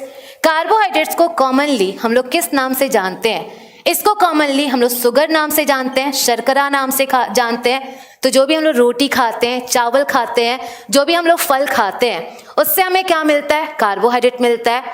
और हमें एक दिन में कितना कार्बोहाइड्रेट खाना चाहिए, आप लोग बताइए, हमें एक दिन में मिनिमम कितना कार्बोहाइड्रेट खाना चाहिए। तो देखिए हमें एक दिन में मिनिमम या मैक्सिमम बोले, हमें कितना कार्बोहाइड्रेट खाना चाहिए, हमें एक दिन में मैक्सिमम 300 ग्राम कार्बोहाइड्रेट खाना चाहिए। 300 ग्राम कार्बोहाइड्रेट खाना चाहिए। और जब 300 ग्राम कार्बोहाइड्रेट खाना चाहिए, कार्बोहाइड्रेट हमारा क्या होगा, कार्बोहाइड्रेट माइक्रो होगा कि मैक्रो होगा, तो हमारा जो कार्बोहाइड्रेट है ये क्या होगा, मैक्रो। हमें ग्राम में खाना है, और ग्राम में भी कितना खाना है, 300 ग्राम खाना है। और जब 300 ग्राम खाना है मतलब ये हमारा क्या होगा, मैक्रो होगा, बहुल पोषक तत्व होगा। ऐसे ही देखें नेक्स्ट हमें क्या खाना चाहिए, तो नेक्स्ट देखें, नेक्स्ट जो हमें खाना चाहिए, ये खाना चाहिए फैट। आप लोग घी खाते हैं, आप लोग तेल वगैरह खाते हैं, उनसे हमें क्या मिलता है, फैट मिलता है, हमें लिपिड मिलता है। और देखिए लिपिड हमें एक दिन में कितना खाना चाहिए, फैट हमें एक दिन में कितना खाना चाहिए। तो जो हमारा फैट है, फैट एक दिन में हमें कितना खाना चाहिए, 80 ग्राम खाना चाहिए, मैक्सिमम 80 ग्राम खाना चाहिए। और जब फैट हमें मैक्सिमम 80 ग्राम खाना चाहिए, फैट भी हमारा माइक्रो होगा कि मैक्रो होगा, फैट भी हमारा क्या होगा, मैक्रो, ये भी हमारा बहुल पोषक तत्व होगा। तो इसी में हम आपको पढ़ाएंगे सैचुरेटेड फैट क्या होता है, अनसैचुरेटेड फैट क्या होता है, हमारा मूफा क्या होता है, पूफा क्या होता है, ये सब कुछ बताएंगे। तो ये हमारा क्या होगा, फैट होगा, हमारा लिपिड होगा। नेक्स्ट देखिए, नेक्स्ट हम लोग क्या खाते हैं, तो नेक्स्ट जो हम लोग खाते हैं, ये हम लोग खाते हैं प्रोटीन। प्रोटीन, और प्रोटीन का ही नेक्स्ट नेम क्या होता है, प्रोटीन का ही नेक्स्ट नेम होता है पॉलीपेप्टाइड। Protein polypeptide. और आप लोग बताइए एक दिन में हमें कितना प्रोटीन खाना चाहिए, एक दिन में हमें कितना प्रोटीन खाना चाहिए। तो आप लोग इसका आंसर दे सकते हैं, हमें एक दिन में कितना प्रोटीन खाना चाहिए। तो जो हमारा प्रोटीन है, प्रोटीन सबके लिए अलग अलग अमाउंट में नीडेड होता है। और प्रोटीन कितना खाना चाहिए, तो चले देखें प्रोटीन हमें कितना खाना चाहिए। सबसे पहले अगर एक एडल्ट की बात करें, एडल्ट को कितना प्रोटीन खाना चाहिए, 0.8 ग्राम ऑफ पर केजी ऑफ देयर वेट। हमारा वजन जितना है, हमारे हर एक केजी के लिए प्रोटीन कितना खाना होता है, 0.8 ग्राम। 0.8 ग्राम, ये सब में अलग अलग होता है, इसका अमाउंट सब में अलग अलग होता है। और कितना हमें खाना चाहिए, तो पर केजी के लिए हमें 0.8 ग्राम प्रोटीन खाना चाहिए, 1 ग्राम नहीं, 0.8 ग्राम। जैसे मान ले अगर कोई 60 किलो का है, तो आप लोग बताइए 60 किलो के पर्सन के लिए कितना प्रोटीन खाना होगा। अगर कोई 60 किलो का है तो 60 किलो के पर्सन के लिए कितना प्रोटीन खाना होगा, 1 केजी पे हमें कितना खाना है, 0.8 ग्राम खाना है। और जब 1 केजी पे 0.8 ग्राम खाना है मतलब 60 किलो के पर्सन को कितना प्रोटीन खाना होगा, 48 ग्राम। 48 ग्राम खाना होगा। ऐसे ही पूछा जाए 50 किलो के पर्सन को कितना प्रोटीन खाना होगा, तो 50 किलो के पर्सन के लिए कितना प्रोटीन खाना होगा, 40 ग्राम।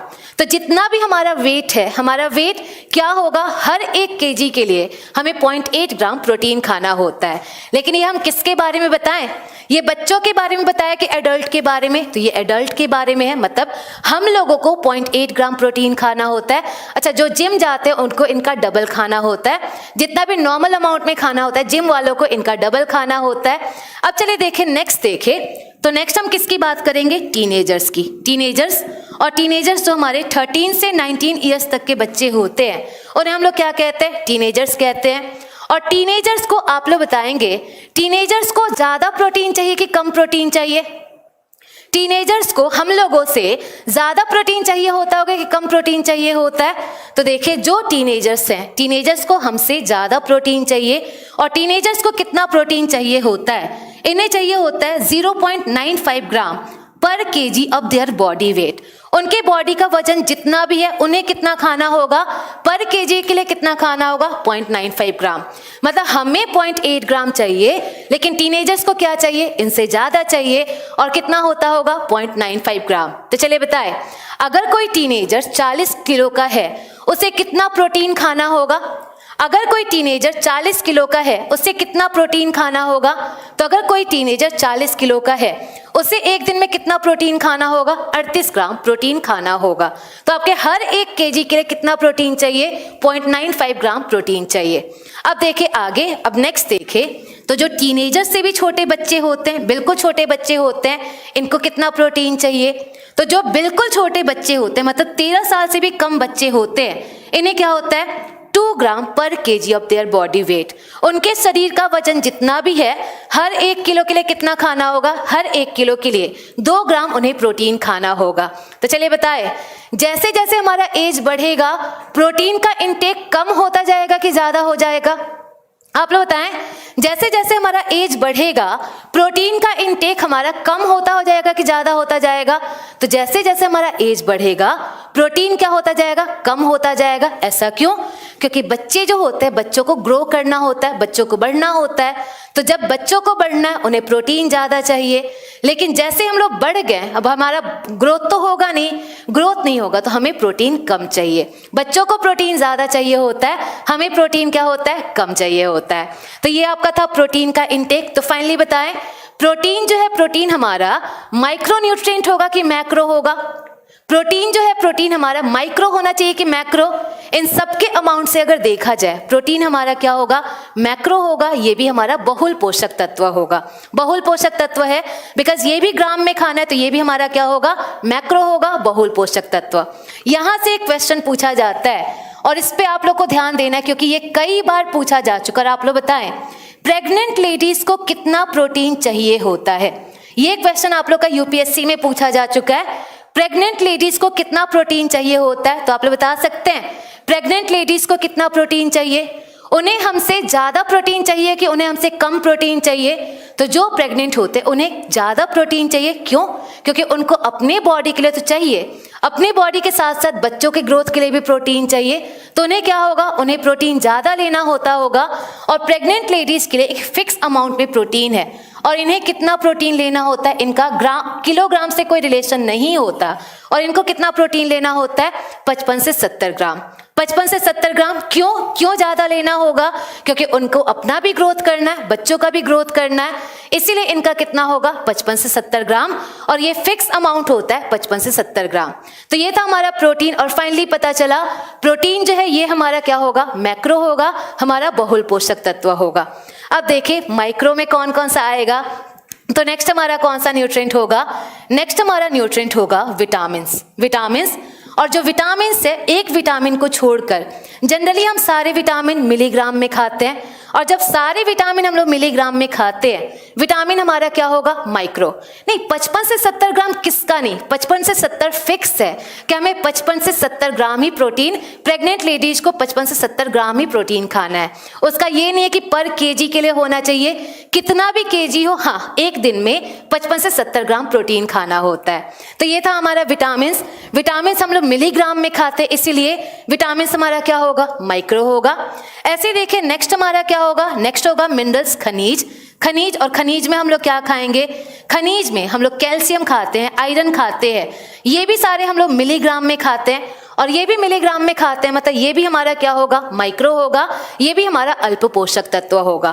तो मिनरल्स जो खनिज है, खनिज में हम आपको बहुत कुछ पढ़ाएंगे, सल्फर का काम क्या होता है, कैल्शियम का काम क्या होता है, ये सारे मिलीग्राम में खाते हैं, इसलिए ये भी हमारा क्या हुआ? माइक्रो। अब लास्ट हमारा न्यूट्रिएंट कौन सा होगा? तो लास्ट हमारा जो न्यूट्रिएंट होगा ये होगा वाटर। वाटर, जल। और आप लोग बताएं, एक दिन में हमें कितना पानी पीना होता है? एक दिन में हमें कितना पानी पीना होता है? तो एक दिन में हमें कितना पानी पीना होता है? आप लोग का 5 से 6 लीटर पानी पीना होता है। और ये 5 से 6 लीटर जब पानी पीना है, मतलब वाटर हमारा माइक्रो होगा कि मैक्रो होगा? अब बताइए, वाटर जो है, वाटर हमारा माइक्रो होगा कि मैक्रो होगा? वाटर मैक्रो होगा। तो चलिए बताएं, कौन कौन सा न्यूट्रिएंट मैक्रो होगा, कौन कौन सा न्यूट्रिएंट माइक्रो होगा? चलिए बताइए, कौन कौन सा न्यूट्रिएंट माइक्रो होगा, कौन कौन सा मैक्रो होगा? मैक्रो हमारा कौन सा हुआ? मैक्रो 4 होंगे, 4 हमारे मैक्रो होंगे। और 4 हमारे मैक्रो कौन कौन से होंगे? कार्बोहाइड्रेट, प्रोटीन, फैट, विटामिन, ये चारों हमारे क्या होंगे? मैक्रो होंगे। जबकि 2 हमारे क्या होंगे, माइक्रो होंगे। और कौन कौन से माइक्रो होंगे, विटामिन और मिनरल्स, ये दोनों हमारे क्या होंगे, माइक्रो होंगे। तो ये था हमारा विटामिन के बारे में, ये था हमारा न्यूट्रिएंट के बारे में। तो अब हम लोग क्या पढ़ेंगे, अब एक एक करके सबके बारे में पढ़ेंगे। हमने इंट्रोडक्शन तो दे दिया कि कौन कौन सा न्यूट्रिएंट होता है, लेकिन अब हम लोग क्या करेंगे, एक एक करके सबके बारे में डिस्कस करेंगे। और सबसे पहले हम लोग किसके बारे में पढ़ेंगे, विटामिन के बारे में। विटामिन के बारे में सबसे पहले पढ़ेंगे, क्योंकि क्या इसमें आप लोग का क्यों विटामिन के बारे में पढ़ेंगे, बिकॉज एग्जाम के लिए विटामिन आपका मोस्ट इंपॉर्टेंट है। यहाँ से मैक्सिमम क्वेश्चन पूछे जाते हैं और यहाँ से मैक्सिमम क्वेश्चन पूछे जाते हैं, इसीलिए डेमो में हम आपको विटामिन सी पढ़ाएंगे और विटामिन से कोशिश करेंगे कि आप लोग का एक भी क्वेश्चन ना छूटे, ऐसा आपको पढ़ाया जाए। तो चलिए क्या पढ़ेंगे हम लोग, अब हम लोग विटामिन पढ़ेंगे। तो हेडिंग लिख लीजिए विटामिन। तो चलिए बताएं, विटामिन माइक्रो होगा कि मैक्रो होगा। जो हमारे विटामिन है, विटामिन माइक्रो होते हैं कि मैक्रो होते हैं, बता सकते हैं आप लोग। विटामिन हमारे माइक्रो न्यूट्रिएंट है कि मैक्रो है। तो हमने क्या बोला, विटामिन हम लोग जनरली मिलीग्राम में खाते हैं, और जब विटामिन हम लोग मिलीग्राम में खाते हैं, विटामिन हमारा क्या होगा, माइक्रो होगा, हमारा अल्प पोषक तत्व होगा। तो चलिए अब हम लोग पढ़ लेते हैं विटामिन के बारे में। पढ़ना है आप लोगों को। चलिए तब हम लोग पढ़ते हैं विटामिन के बारे में। विटामिन होते क्या हैं, विटामिन कितने तरह के होंगे, ये सारा डिस्कस किया जाएगा। तो सबसे पहले जाने व्हाट इज विटामिन। विटामिन हमारे होते क्या है। तो जो हमारे विटामिन है, विटामिन को बोलते हैं विटामिन आर ऑर्गेनिक कंपाउंड। जो हमारे विटामिन होते हैं, विटामिन हमारे ऑर्गेनिक कंपाउंड होते हैं। और ऑर्गेनिक कंपाउंड हिंदी में क्या बोलते हैं, ऑर्गेनिक कंपाउंड का मतलब क्या होता है, ये हमारे कार्बन से मिलकर बने होते हैं। और कार्बन से मिलकर बने होते हैं, इसीलिए इसको हम लोग क्या बोलते हैं, विटामिन हमारे क्या होते हैं, ये हमारे कार्बनिक यौगिक होते हैं। तो जो भी विटामिन है, विटामिन हमारे कार्बन से मिलकर बने होंगे, और कार्बन से मिलकर बने होंगे, इसीलिए इसको हम लोग क्या बोल देंगे, विटामिन आर ऑर्गेनिक कंपाउंड, ये हमारे कार्बनिक यौगिक होते हैं। कार्बनिक यौगिक, और कार्बनिक यौगिक नाम से ही क्या लग रहा है, इसके नाम से ही लग रहा है कि ये कार्बन से मिलकर बने होंगे। अब देखिए जो विटामिन है, विटामिन आपको मिलीग्राम में चाहिए, और जब विटामिन हमें मिलीग्राम में चाहिए, मतलब जो हमारे विटामिन होंगे, विटामिन हमारे क्या होंगे, माइक्रोन्यूट्रिएंट होंगे, ये हमारे अल्प पोषक तत्व होंगे। तो ये हो गया हमारा विटामिन के बारे में।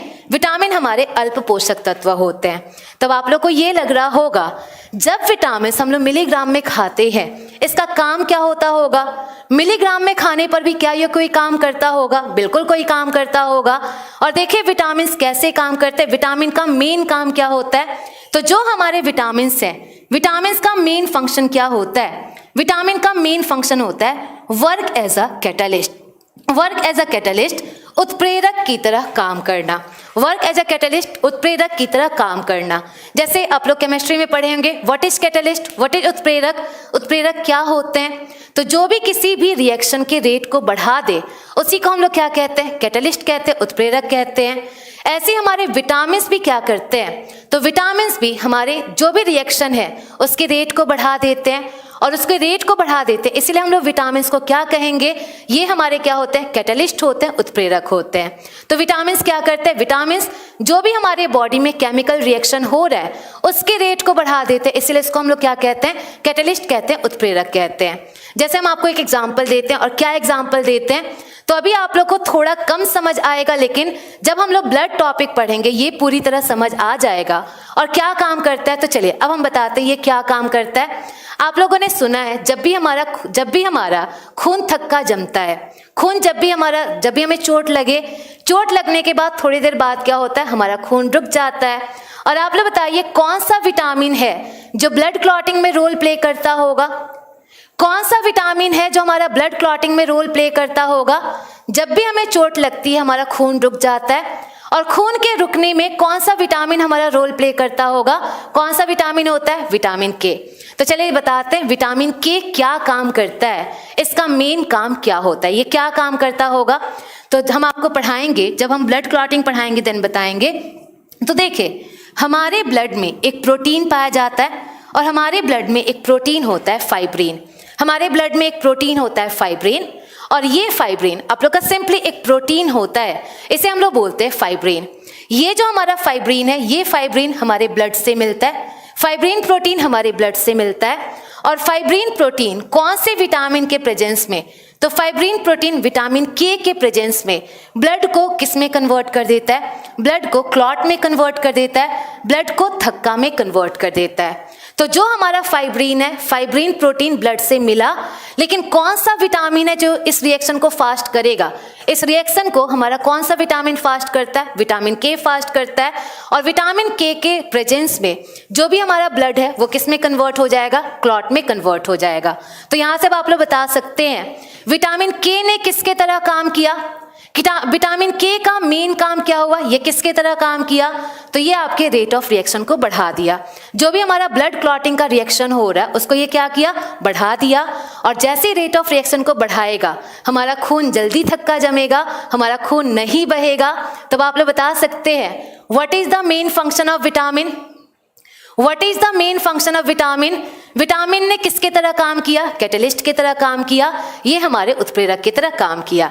तो ये था हमारा विटामिन का फंक्शन। और भी एग्जाम्पल बताएंगे, अभी के लिए बस इतना हो गया कि विटामिन ने उत्प्रेरक को नहीं स्लो भी कर सकता है, लेकिन ये जनरली स्लो नहीं करता, ये आपका फास्ट ही करता है।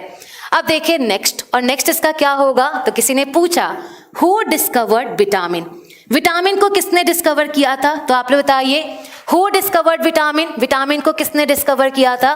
तो विटामिन के डिस्कवरी के नाम में बहुत कंफ्यूजन होता है, क्यों, क्योंकि यहाँ पे दो नाम सामने आते, एक नाम आता है कैसिमिर फंक का और दूसरा नाम आता है हॉपकिंस का। दो नाम यहाँ पे आप लोग के बहुत ज्यादा यूज होते हैं। एक जो नाम है ये है कैसिमिर फंक का, कैसिमिर फंक का नाम आता है डिस्कवरी में, और दूसरा जो नाम है, दूसरा नाम आपका आता है हॉपकिंस का। ये दोनों नाम बहुत फेमस हैं। तो आप लोग फाइनली बताइए इन दोनों में से कौन है जो आपके विटामिन को डिस्कवर किया था। तो देखिए इनमें से आपके कौन होंगे, कैसिमिर फंक। आप लोग का कैसिमिर फंक जो है उन्होंने विटामिन को डिस्कवर किया था। तो जब भी पूछा जाए हु डिस्कवर विटामिन, विटामिन को किसने डिस्कवर किया था, तो vitamin was discovered by Casimir Funk, Casimir फंक।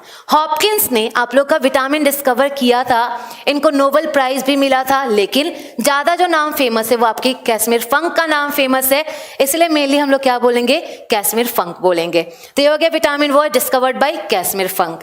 तो अब हम लोग क्या पढ़ेंगे, विटामिन खत्म हो गया, बिल्कुल नहीं, विटामिन खत्म नहीं हुआ, अभी तो विटामिन शुरू हुआ है। और क्या शुरू हुआ है, तब हम आपको बताएंगे विटामिन कितने तरह के होते हैं, अलग अलग विटामिन को किसने डिस्कवर किया था, ए को किसने डिस्कवर किया था, बी को किसने डिस्कवर किया था, ये सब कुछ आपको बताना जरूरी है। तो अब हम क्या पढ़ेंगे, types of vitamin, types of vitamin, vitamin के प्रकार। तो देखिए अब हम लोग नेक्स्ट क्या पढ़ेंगे, तो नेक्स्ट हम लोग पढ़ेंगे टाइप्स ऑफ विटामिन, विटामिन के प्रकार। तो चलिए देखिए जो हमारे विटामिन होते हैं, विटामिन मेनली दो तरह के होते हैं। तो नेक्स्ट हम लोग विटामिन की टाइप पढ़ेंगे। और जो विटामिन हैं, विटामिन मेनली दो तरह के होते हैं। और विटामिन मेनली कौन कौन से दो तरह के होते हैं, एक हमारा होता है water soluble, water soluble vitamin. और वाटर सोल्यूबल विटामिन इसको हम लोग बोलते हैं जल घुलनशील विटामिन। तो ये हो गया हमारा पहला विटामिन, और ये हमारा क्या हो गया, जल घुलनशील विटामिन, वाटर सोल्यूबल विटामिन। जबकि दूसरा देखें, दूसरा हमारा कौन सा विटामिन होगा, तो दूसरा जो होगा ये होगा हमारा फैट सोल्यूबल विटामिन। और फैट सोल्यूबल विटामिन इसको हम लोग क्या कह देते हैं, इसको बोलते हैं वसा घुलनशील विटामिन। तो हमारे बॉडी में दो तरह के विटामिन होते हैं, और दो तरह के विटामिन हमारे कौन कौन से हुए, वाटर सोल्यूबल हुए, और दूसरा क्या हो गया, फैट सोल्यूबल। तो आपको क्या लग रहा है, वाटर सोल्यूबल क्या होगा, फैट सोल्यूबल क्या होगा, तो वो सारे विटामिन जो पानी में घुलकर अपना काम करे, वो सारे विटामिन जो पानी में घुलकर अपना काम करे, ऐसे विटामिन को क्या कहते हैं, वाटर सोल्यूबल कहते हैं। जबकि फैट सोल्यूबल क्या हुआ, वो सारे विटामिन जो हमारे फैट में घुलकर काम करे, हमारे कोलेस्ट्रॉल में, हमारे वसा में घुलकर काम करे, ऐसे विटामिन को क्या कहते हैं, फैट सोल्यूबल। तो दो तरह का हमारा विटामिन होगा, आपका एक हो गया वाटर सोल्यूबल, दूसरा क्या हो गया, फैट सोल्यूबल। एक हो गया जल घुलनशील, जबकि दूसरा क्या हो गया, वसा घुलनशील। तो चलिए बताइए कौन सा विटामिन वाटर सोल्यूबल होता है, कौन सा हमारा फैट सोल्यूबल होता है। तो सिर्फ दो विटामिन हैं जो वाटर सोल्यूबल होते हैं, और दो विटामिन कौन कौन से वाटर सोल्यूबल होते हैं, एक हमारा विटामिन बी और एक होता है vitamin C. Vitamin B and vitamin C ये हमारे क्या होंगे, वाटर सोल्यूबल होंगे। जबकि हमारा फैट सोल्यूबल कौन सा होता है, तो फैट सोल्यूबल ये 4 विटामिन होते हैं, ए डी ई के, ये 4 हमारे क्या होंगे, फैट सोल्यूबल। फैट सोल्यूबल तो 4 हमारे हुए fat soluble A D E के, जबकि बी एंड सी हमारा क्या होगा, वाटर सोल्यूबल। तब आप लोग आंसर देंगे आपका वाटर सोल्यूबल विटामिन ज्यादा है कि fat soluble, water soluble vitamin ज्यादा है कि फैट सोल्यूबल। पहले ही बता दे रहे, जो दिखता है वो होता नहीं है, जो भी दिखता है वो होता नहीं है, हमने पहले ही बता दिया। तो अब आप लोग बताइए वाटर सोल्यूबल विटामिन ज्यादा होगा कि फैट सोल्यूबल। जब हमने बोल भी दिया कि जो दिखता है वो होता नहीं है, फिर भी आप लोग आंसर फैट सोल्यूबल ही दे रहे हैं। अगर देखें तो हमारा फैट सोल्यूबल विटामिन कम होता है as compare to water soluble. Fat soluble vitamin कम होगा, वाटर सोल्यूबल ज्यादा होगा। क्यों? तो आप लोगों ने कभी ऐसा सुना है कि विटामिन बी के भी पार्ट्स होते हैं? विटामिन बी के विटामिन B1 होता है, विटामिन B2 होता है, ये सारा होता है। तो विटामिन बी कोई सिंगल विटामिन नहीं होता है। विटामिन बी को हम लोग क्या कहते हैं? Vitamin B is vitamin B complex. Vitamin B single नहीं होता है, इसके कई सारे टाइप्स होते हैं, और ये क्या होता है, विटामिन बी कॉम्प्लेक्स। और जब विटामिन बी कॉम्प्लेक्स है, विटामिन बी कॉम्प्लेक्स कहाँ से कहाँ तक होता है? तो विटामिन बी कॉम्प्लेक्स हमारा B1 से लेकर B12 तक होता है। तो जो हमारा विटामिन बी कॉम्प्लेक्स है वो सिंगल नहीं होगा, वो B1 से लेकर B12 तक होता है। तब आप लोग बताएं हमारे बॉडी में टोटल विटामिन कितने होते होंगे? हमारे बॉडी में टोटल विटामिन का नंबर कितना होगा? टोटल विटामिन, हमारे विटामिन बी सिंगल विटामिन नहीं होता, उसके कई सारे पार्ट्स होते हैं। विटामिन B1 से लेकर विटामिन B12 तक होते हैं। तो चलिए फाइनली बताइए हमारे बॉडी में टोटल विटामिन कितने होने चाहिए? तो आप लोग क्या करेंगे, 12 इसको गिन लेंगे। B1 से B12 तक कितना हो गया? 12 हो गया, और ये 5 हो जाएंगे। मतलब टोटल विटामिन कितने होने चाहिए? 17 विटामिन। आप लोग 17 विटामिन गिनेंगे, लेकिन 17 विटामिन नहीं होता है, 17 नहीं होता है। और 17 क्यों नहीं होगा? तो चलिए बताएं, B1 से B12 में B4 कोई विटामिन नहीं होता है, B4 कोई विटामिन नहीं होता, B8 कोई विटामिन नहीं होता, B10 और 11 कोई विटामिन नहीं होता। B4 नहीं होता है, B8 नहीं होता है, B10 और 11 नहीं होता। इसका मतलब B कॉम्प्लेक्स में कितने विटामिन होंगे? B कॉम्प्लेक्स में कितने विटामिन होंगे? 8 विटामिन B कॉम्प्लेक्स में हुआ, और ये 5 क्या हो जाएंगे? 8 + 5 मतलब टोटल विटामिन कितने होंगे? टोटल हमारे 17 नहीं होंगे, टोटल कितने होंगे? 13 होंगे, 13 होंगे। तो देखिए हमारे टोटल विटामिन कितने होते हैं?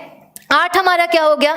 विटामिन B कॉम्प्लेक्स हो गया, 5 हमारे नॉर्मल विटामिन हो गए, मतलब टोटल विटामिन कितने होते हैं? 13 हमारे टोटल विटामिन होंगे। तो ये हो गया टोटल विटामिन।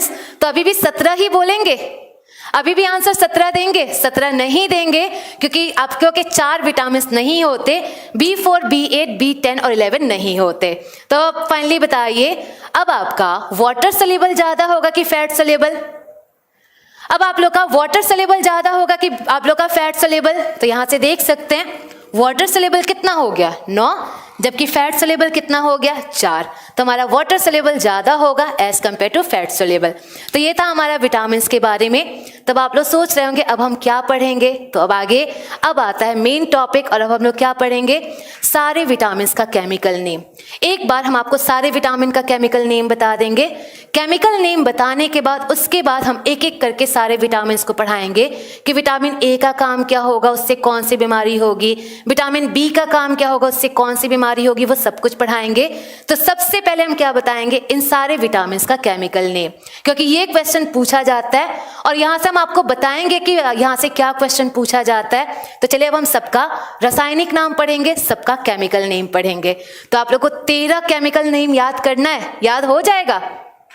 13 विटामिन का केमिकल नेम याद करना है, और 13 विटामिन याद हो जाएगा? चलिए देखते हैं, शायद आप लोग को 13 विटामिन याद हो जाए।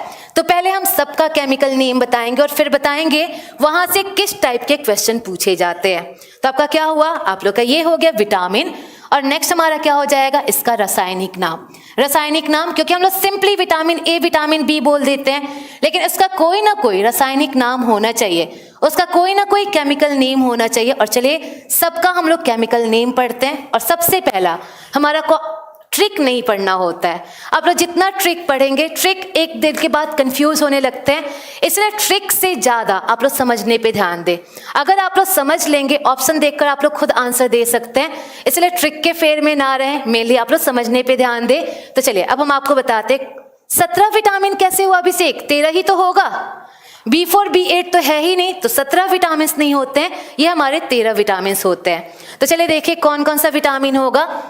सबसे पहला विटामिन हुआ विटामिन ए, विटामिन ए। और हम आपको पढ़ाएंगे जो हमारा विटामिन ए है, विटामिन ए हमारे आंखों के लिए जरूरी होता है। अभी हम आपको पढ़ाएंगे, बस 5 मिनट के बाद ही पढ़ाएंगे कि आंखों के लिए कैसे जरूरी होता है। तो आप लोग को पता होगा हमारे आंख में एक आप लोग का एक पार्ट होता है रेटिना, हमारे आंख में रेटिना होता है। और रेटिना से अगर रिलेट करें हमारे विटामिन का नाम क्या हो जाएगा, विटामिन ए का नाम क्या हो जाएगा? तो इसका जो केमिकल नेम है ये हमारा क्या हो जाएगा? Retinol, retinol. तो ये हो गया विटामिन ए, और विटामिन ए का केमिकल हमारा नेम क्या हो गया? रेटिनॉल। अब देखिए नेक्स्ट, तो नेक्स्ट हमारा कौन सा होगा? Vitamin C, vitamin C. और जो हमारा विटामिन सी है, विटामिन सी हमारा इसका केमिकल नेम क्या होता है? तो जो हमारा विटामिन सी है इसका केमिकल नेम होता है एस्कॉर्बिक एसिड, एस्कॉर्बिक एसिड। इसका हिंदी नाम कुछ नहीं होगा क्योंकि ये आप लोग का इंग्लिश में ही होता है, इसीलिए इसका कोई हिंदी नाम नहीं होगा। तो इसका नाम क्या हो गया आप लोग का? Ascorbic acid. नेक्स्ट हमारा विटामिन कौन सा होगा? नेक्स्ट होगा विटामिन डी, विटामिन डी। और जो हमारा विटामिन डी है, विटामिन डी का केमिकल नेम क्या होता है? तो आप लोग को पता होगा विटामिन डी हमारे हड्डियों से रिलेटेड होता है, विटामिन डी हमारे हड्डियों से रिलेटेड होता है। हड्डी के लिए कौन सा मिनरल जरूरी होता है? कैल्शियम। और कैल्शियम से अगर रिलेट करें इसका नाम क्या हो जाएगा? Calciferol, calciferol. तो विटामिन डी का नाम क्या हो गया? ये हो गया हमारा कैल्सीफेरॉल। और ये रटने की जरूरत नहीं है बिकॉज यहाँ पे कैल्सी लगा हुआ है, कैल्सी कैल्शियम से रिलेट करेगा, और कैल्शियम किससे रिलेटेड होगा? विटामिन डी से।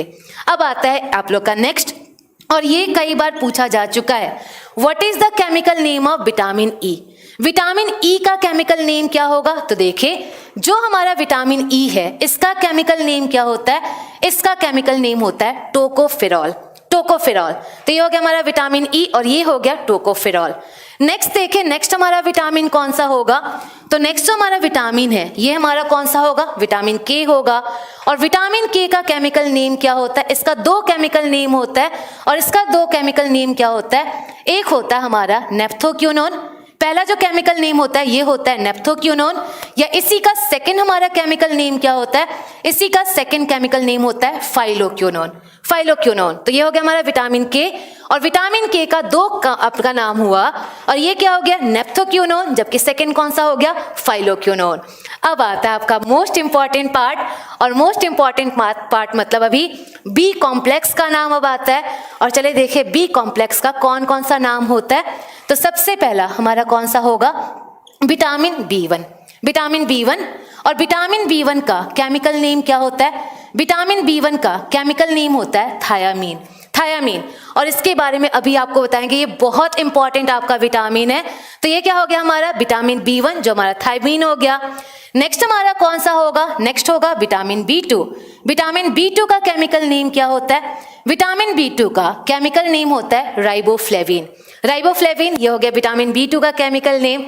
थर्ड देखिए, थर्ड हमारा विटामिन कौन सा होगा? तो थर्ड जो विटामिन होगा ये होगा B3, और B3 का नाम होता है निकोटीनिक एसिड, या इसी को हम लोग क्या बोलते हैं? इसी को बोलते हैं नियासिन, नियासिन। तो ये हो गया हमारा विटामिन B3। और विटामिन B3 का 2 नाम होता है, और 2 नाम क्या हो गया? या तो निकोटीनिक एसिड होगा, निकोटेनिक एसिड होगा, या हमारा क्या हो जाएगा? नियासिन हो जाएगा। लेकिन एक ध्यान दे, जो हमारा विटामिन B3 है वो पुराना विटामिन है, और विटामिन B3 का पुराना नाम पता है क्या था? विटामिन B3 का पुराना नाम था विटामिन P, इसी का आपका पुराना नाम था विटामिन P। तो अगर पूछा जाए what is the chemical name of vitamin P, what is the chemical name of vitamin P?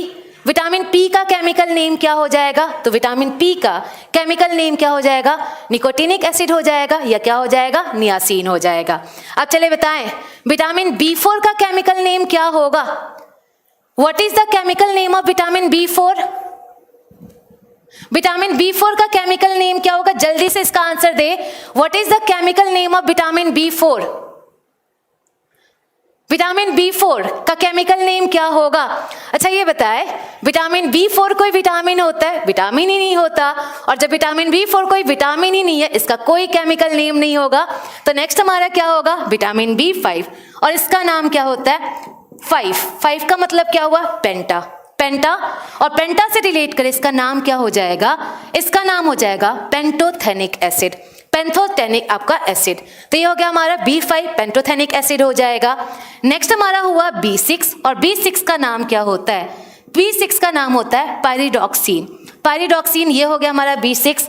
Next हमारा कौन सा होगा, अच्छा फिर बोला क्यों, इसलिए बोले कि आप पता चले कि आप लोग सोए हुए हैं कि जगे हुए हैं, इसलिए हम आपसे पूछे किसका नाम क्या होगा, लेकिन आप लोग जगे हुए थे, और जगे हुए थे इसलिए बता दिए विटामिन B4 कोई विटामिन नहीं होता है। नेक्स्ट हमारा क्या होता है, नेक्स्ट होगा हमारा विटामिन B7। विटामिन B7 का पुराना नाम था विटामिन H, विटामिन H इसका पुराना नेम था, और इसका केमिकल नेम क्या हो जाएगा, इसका केमिकल नेम होगा बायोटीन, बायोटीन। तो हमारा B7 का नाम क्या हो जाएगा, बायोटीन। अब आपका नेक्स्ट विटामिन B8 तो होगा नहीं, B8 नहीं होगा, मतलब नेक्स्ट हमारा क्या होगा, विटामिन B9। विटामिन B9 का पुराना नाम है विटामिन M, और विटामिन M को हम लोग क्या बोल देते हैं, इसका केमिकल नेम क्या होता है, इसका केमिकल नेम होता है फॉलिक एसिड, फॉलिक एसिड। तो B9 आपका फॉलिक एसिड हो गया।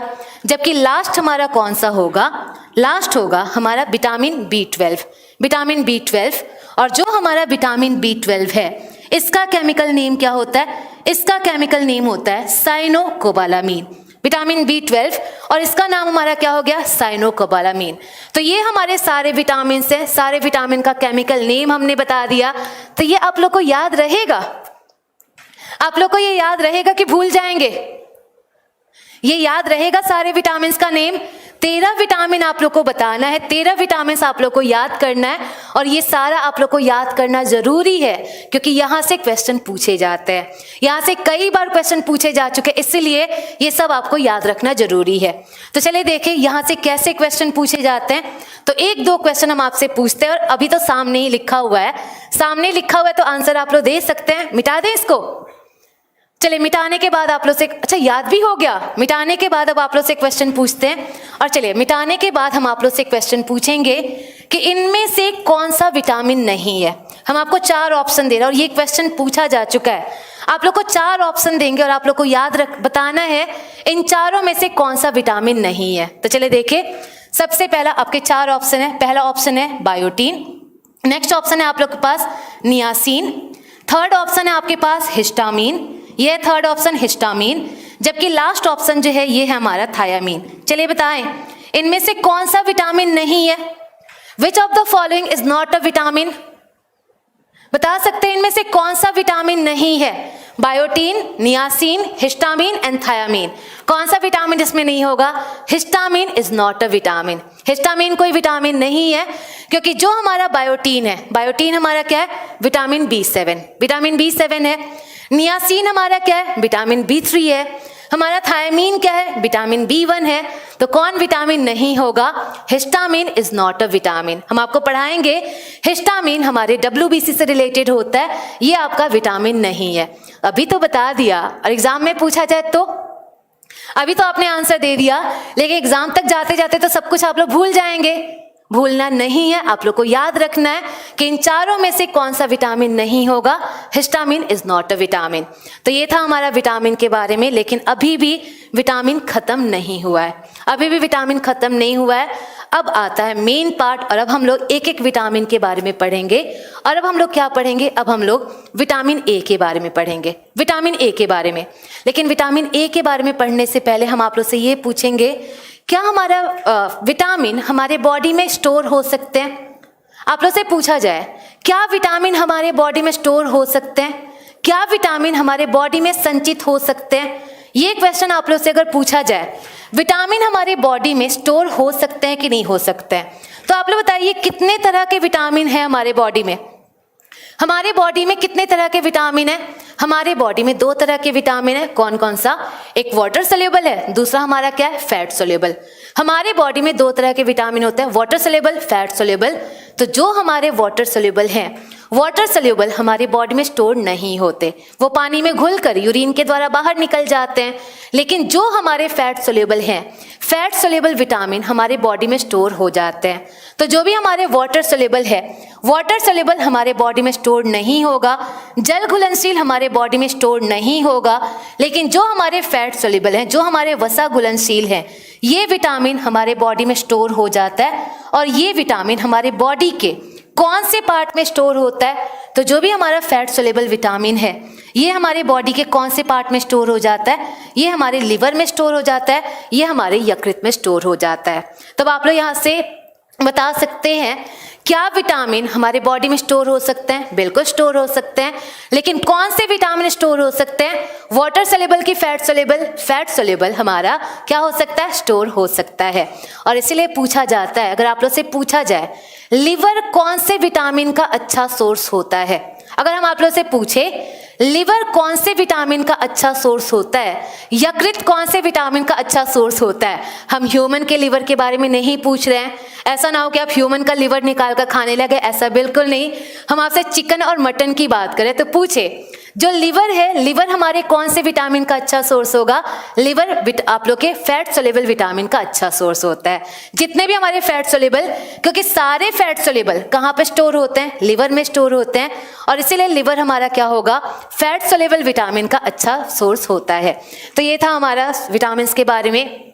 अब हम लोग एक एक विटामिन के बारे में पढ़ेंगे। अच्छा ये बताएं हमारे बॉडी में कौन कौन सा विटामिन बनता है? एक और आपका मिसलेनियस, एक और क्वेश्चन आपका यहाँ से याद आ गया। और चलिए बताइए हमारे बॉडी में कौन कौन सा विटामिन बनता है? हमारे बॉडी में कौन कौन सा विटामिन बनता है? सिर्फ विटामिन डी। विटामिन डी सिर्फ बनता है? अच्छा B12 भी बनता है, ए भी बनता है। ऐसे करते करते हमें लग रहा है 13 के 13 ऑप्शन का आंसर आ जाएगा। अब चलिए देखते हैं हमारे बॉडी में हमारा लार्ज इंटेस्टाइन होता है, हमारी बड़ी आंत होती है। और जो हमारी बड़ी आंत है, हमारी जो लार्ज इंटेस्टाइन है, लार्ज इंटेस्टाइन में हमारा एक बैक्टीरिया पाया जाता है। बड़ी आंत में हमारा एक बैक्टीरिया पाया जाता है जिसका नाम होता है ई कोलाई। ई कोलाई हमारे बड़ी आंत में एक बैक्टीरिया पाया जाता है जिसका नाम होता है ई कोलाई। और ये ई कोलाई हमारा कौन कौन सा विटामिन बना सकता है? तो जो भी हमारी बड़ी आंत में ई कोलाई है, ये हमारा कितना विटामिन बना सकता है? ये हमारे बॉडी में 4 विटामिन फॉर्म कर सकता है। और 4 विटामिन कौन कौन सा फॉर्म कर सकता है? तो ये हमारे बॉडी में B1 बनाता है, B2 बनाता है, B12 बनाता है और हमारा विटामिन K बनाता है। हमारे बॉडी में ई कोलाई नाम का एक बैक्टीरिया होता है और ये ई कोलाई हमारे बॉडी में 4 विटामिन बना सकता है। और ये 4 विटामिन हमारे कौन कौन सा बना सकता है? Vitamin B1, vitamin B2, vitamin B12 and last हमारा क्या बनाएगा? Vitamin K। ज़्यादा अमाउंट में हमारा विटामिन K बनता है। इसीलिए कभी सिंगल आंसर देना हो, सिंगल आंसर हम लोग क्या देंगे? Vitamin K। विटामिन K की मात्रा ज़्यादा होती है, इसीलिए हम लोग सिंगल आंसर क्या देंगे? Vitamin K। लेकिन सिर्फ विटामिन K हमारे बॉडी में नहीं बनता, 4 विटामिन बनते हैं। और ये 4 विटामिन क्या हुए? B1, B2, B12 और लास्ट क्या हो गया? Vitamin K। तब आता है, अभी भी आप लोग का टाइम बचा हुआ है, अभी भी हम लोग पढ़ सकते हैं। और अब हम लोग क्या पढ़ेंगे? हमने पहले ही बताया मेरी जो क्लास होगी साइंस स्पेशल में 3 आप लोग के टॉपिक हैं और 3 आप लोग के सब्जेक्ट है फिजिक्स, केमिस्ट्री, बायोलॉजी। तो बायो की जो क्लास होगी वो फ्राइडे सैटरडे को होगी। फ्राइडे सैटरडे आप लोग की 4 बजे बायो की क्लास होगी। तो चलिए अब हम लोग एक एक विटामिन के बारे में डिस्कस करेंगे।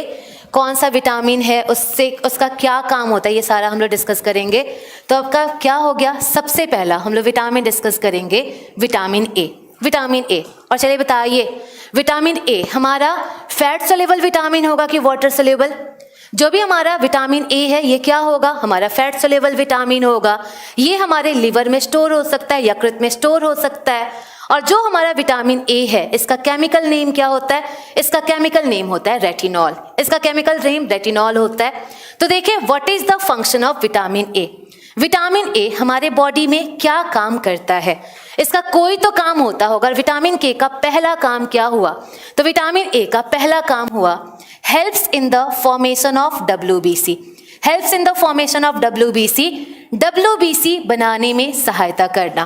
तो इसका पहला काम क्या हुआ? इसका पहला काम हुआ helps in the formation of WBC। WBC बनाने में सहायता करना। तो चलिए बताइए, जब ये हमारा WBC बनाने में सहायता कर रहा है, WBC का मेन काम क्या होता है? व्हाइट ब्लड सेल का मेन काम क्या होता है? व्हाइट ब्लड सेल का मेन काम होता है इम्यूनिटी प्रोवाइड करना, आप लोग की प्रतिरोधक क्षमता प्रदान करना। तो जो भी हमारा WBC है ये हमें बीमारी से बचाता है, ये हमें इम्यूनिटी प्रोवाइड करता है। तो इन सिंपल हम लोग क्या बोल सकते हैं? इन सिंपल आपके विटामिन ए का मेन काम क्या हुआ? विटामिन ए का मेन काम हुआ टू प्रोवाइड इम्यूनिटी, प्रतिरोधक क्षमता प्रदान करना। तो ये हो गया इसका पहला काम। और इसका पहला काम क्या हुआ? ये हमारे WBC बनाने में हेल्प करता है, और जब ये हमारा WBC बनाने में हेल्प करेगा ये हमें बीमारी से बचाएगा, और बीमारी से बचाएगा मतलब इसका पहला काम क्या हुआ?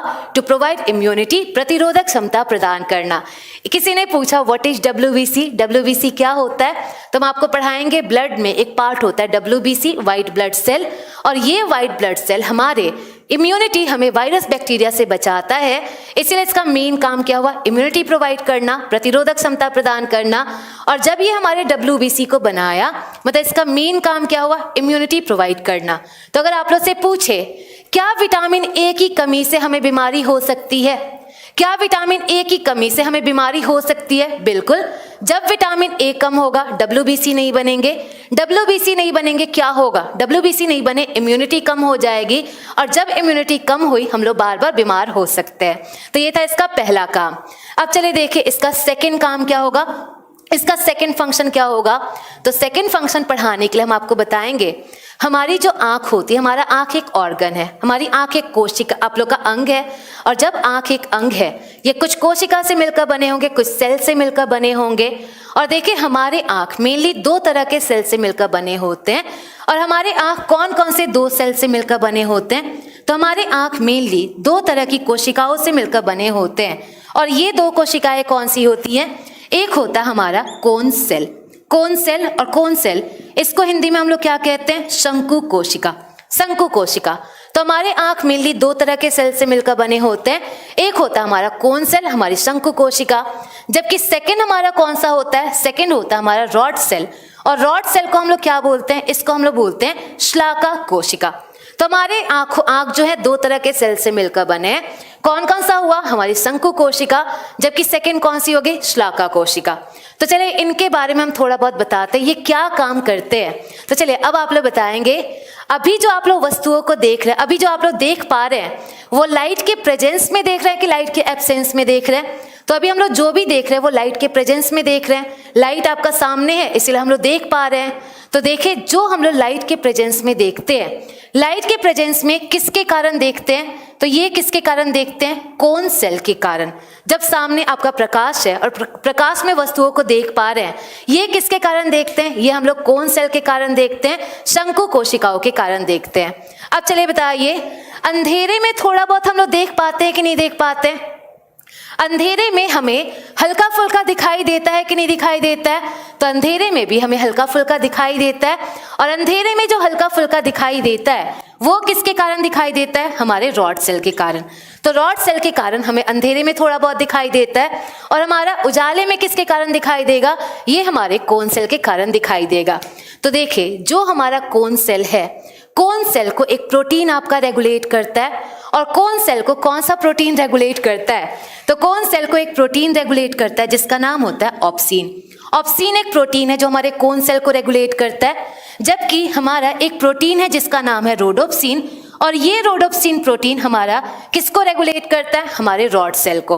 हमारे कोन सेल को रेगुलेट करता है ऑप्सिन प्रोटीन, जबकि जो हमारा रॉड सेल है, रॉड सेल को कौन कंट्रोल करता है? ये हमारा करता है रोडोप्सिन, रोडोप्सिन।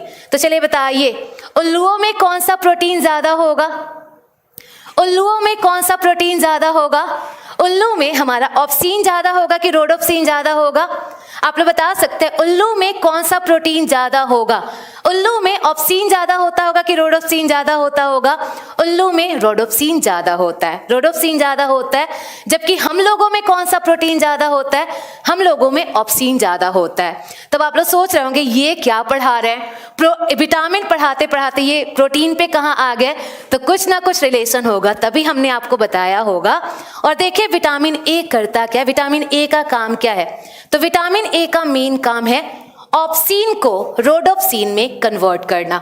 विटामिन ए का मेन काम क्या होता है? विटामिन ए का मेन काम है ऑप्सीन को रोडोप्सिन में कन्वर्ट करना। तो जो भी हमारा ऑप्सीन है, जो हमें उजाले में वस्तुओं को दिखा रहा है, ऑप्सीन हमारा कन्वर्ट किस में होता है? रोडोप्सिन में कन्वर्ट होता है। और इसी ऑप्सीन को रोडोप्सिन में कौन कन्वर्ट करेगा? हमारा विटामिन ए कन्वर्ट करेगा। तो चलिए बताइए, अगर विटामिन ए कम हो गया क्या होगा? अगर विटामिन ए कम हो गया क्या होगा? आप लोग इसका आंसर दे सकते हैं। अगर विटामिन ए कम हो गया क्या होगा? तो जैसे हमारा विटामिन ए कम होगा, ऑप्सीन रोडोप्सिन में कन्वर्ट नहीं होगा। ऑप्सीन रोडोप्सिन में कन्वर्ट नहीं होगा, क्या हम लोग अंधेरे में वस्तुओं को देख पाएंगे? अंधेरे में वस्तुओं को नहीं देख पाएंगे। और अंधेरे में वस्तुओं को नहीं देख पाएंगे, हमारा कलर ब्लाइंडनेस होगा कि नाइट ब्लाइंडनेस होगा? नाइट ब्लाइंडनेस हो जाएगा। तो यहां से हमारा क्या हो जाएगा? नाइट ब्लाइंडनेस हो जाएगा। तो आपके विटामिन ए का सेकंड काम क्या हुआ? तो आपके विटामिन ए का सेकंड काम क्या हुआ? इसका सेकंड काम हुआ formation of rhodopsin. Formation of rhodopsin, rhodopsin का निर्माण करना। तो ये हो गया विटामिन ए का दूसरा काम।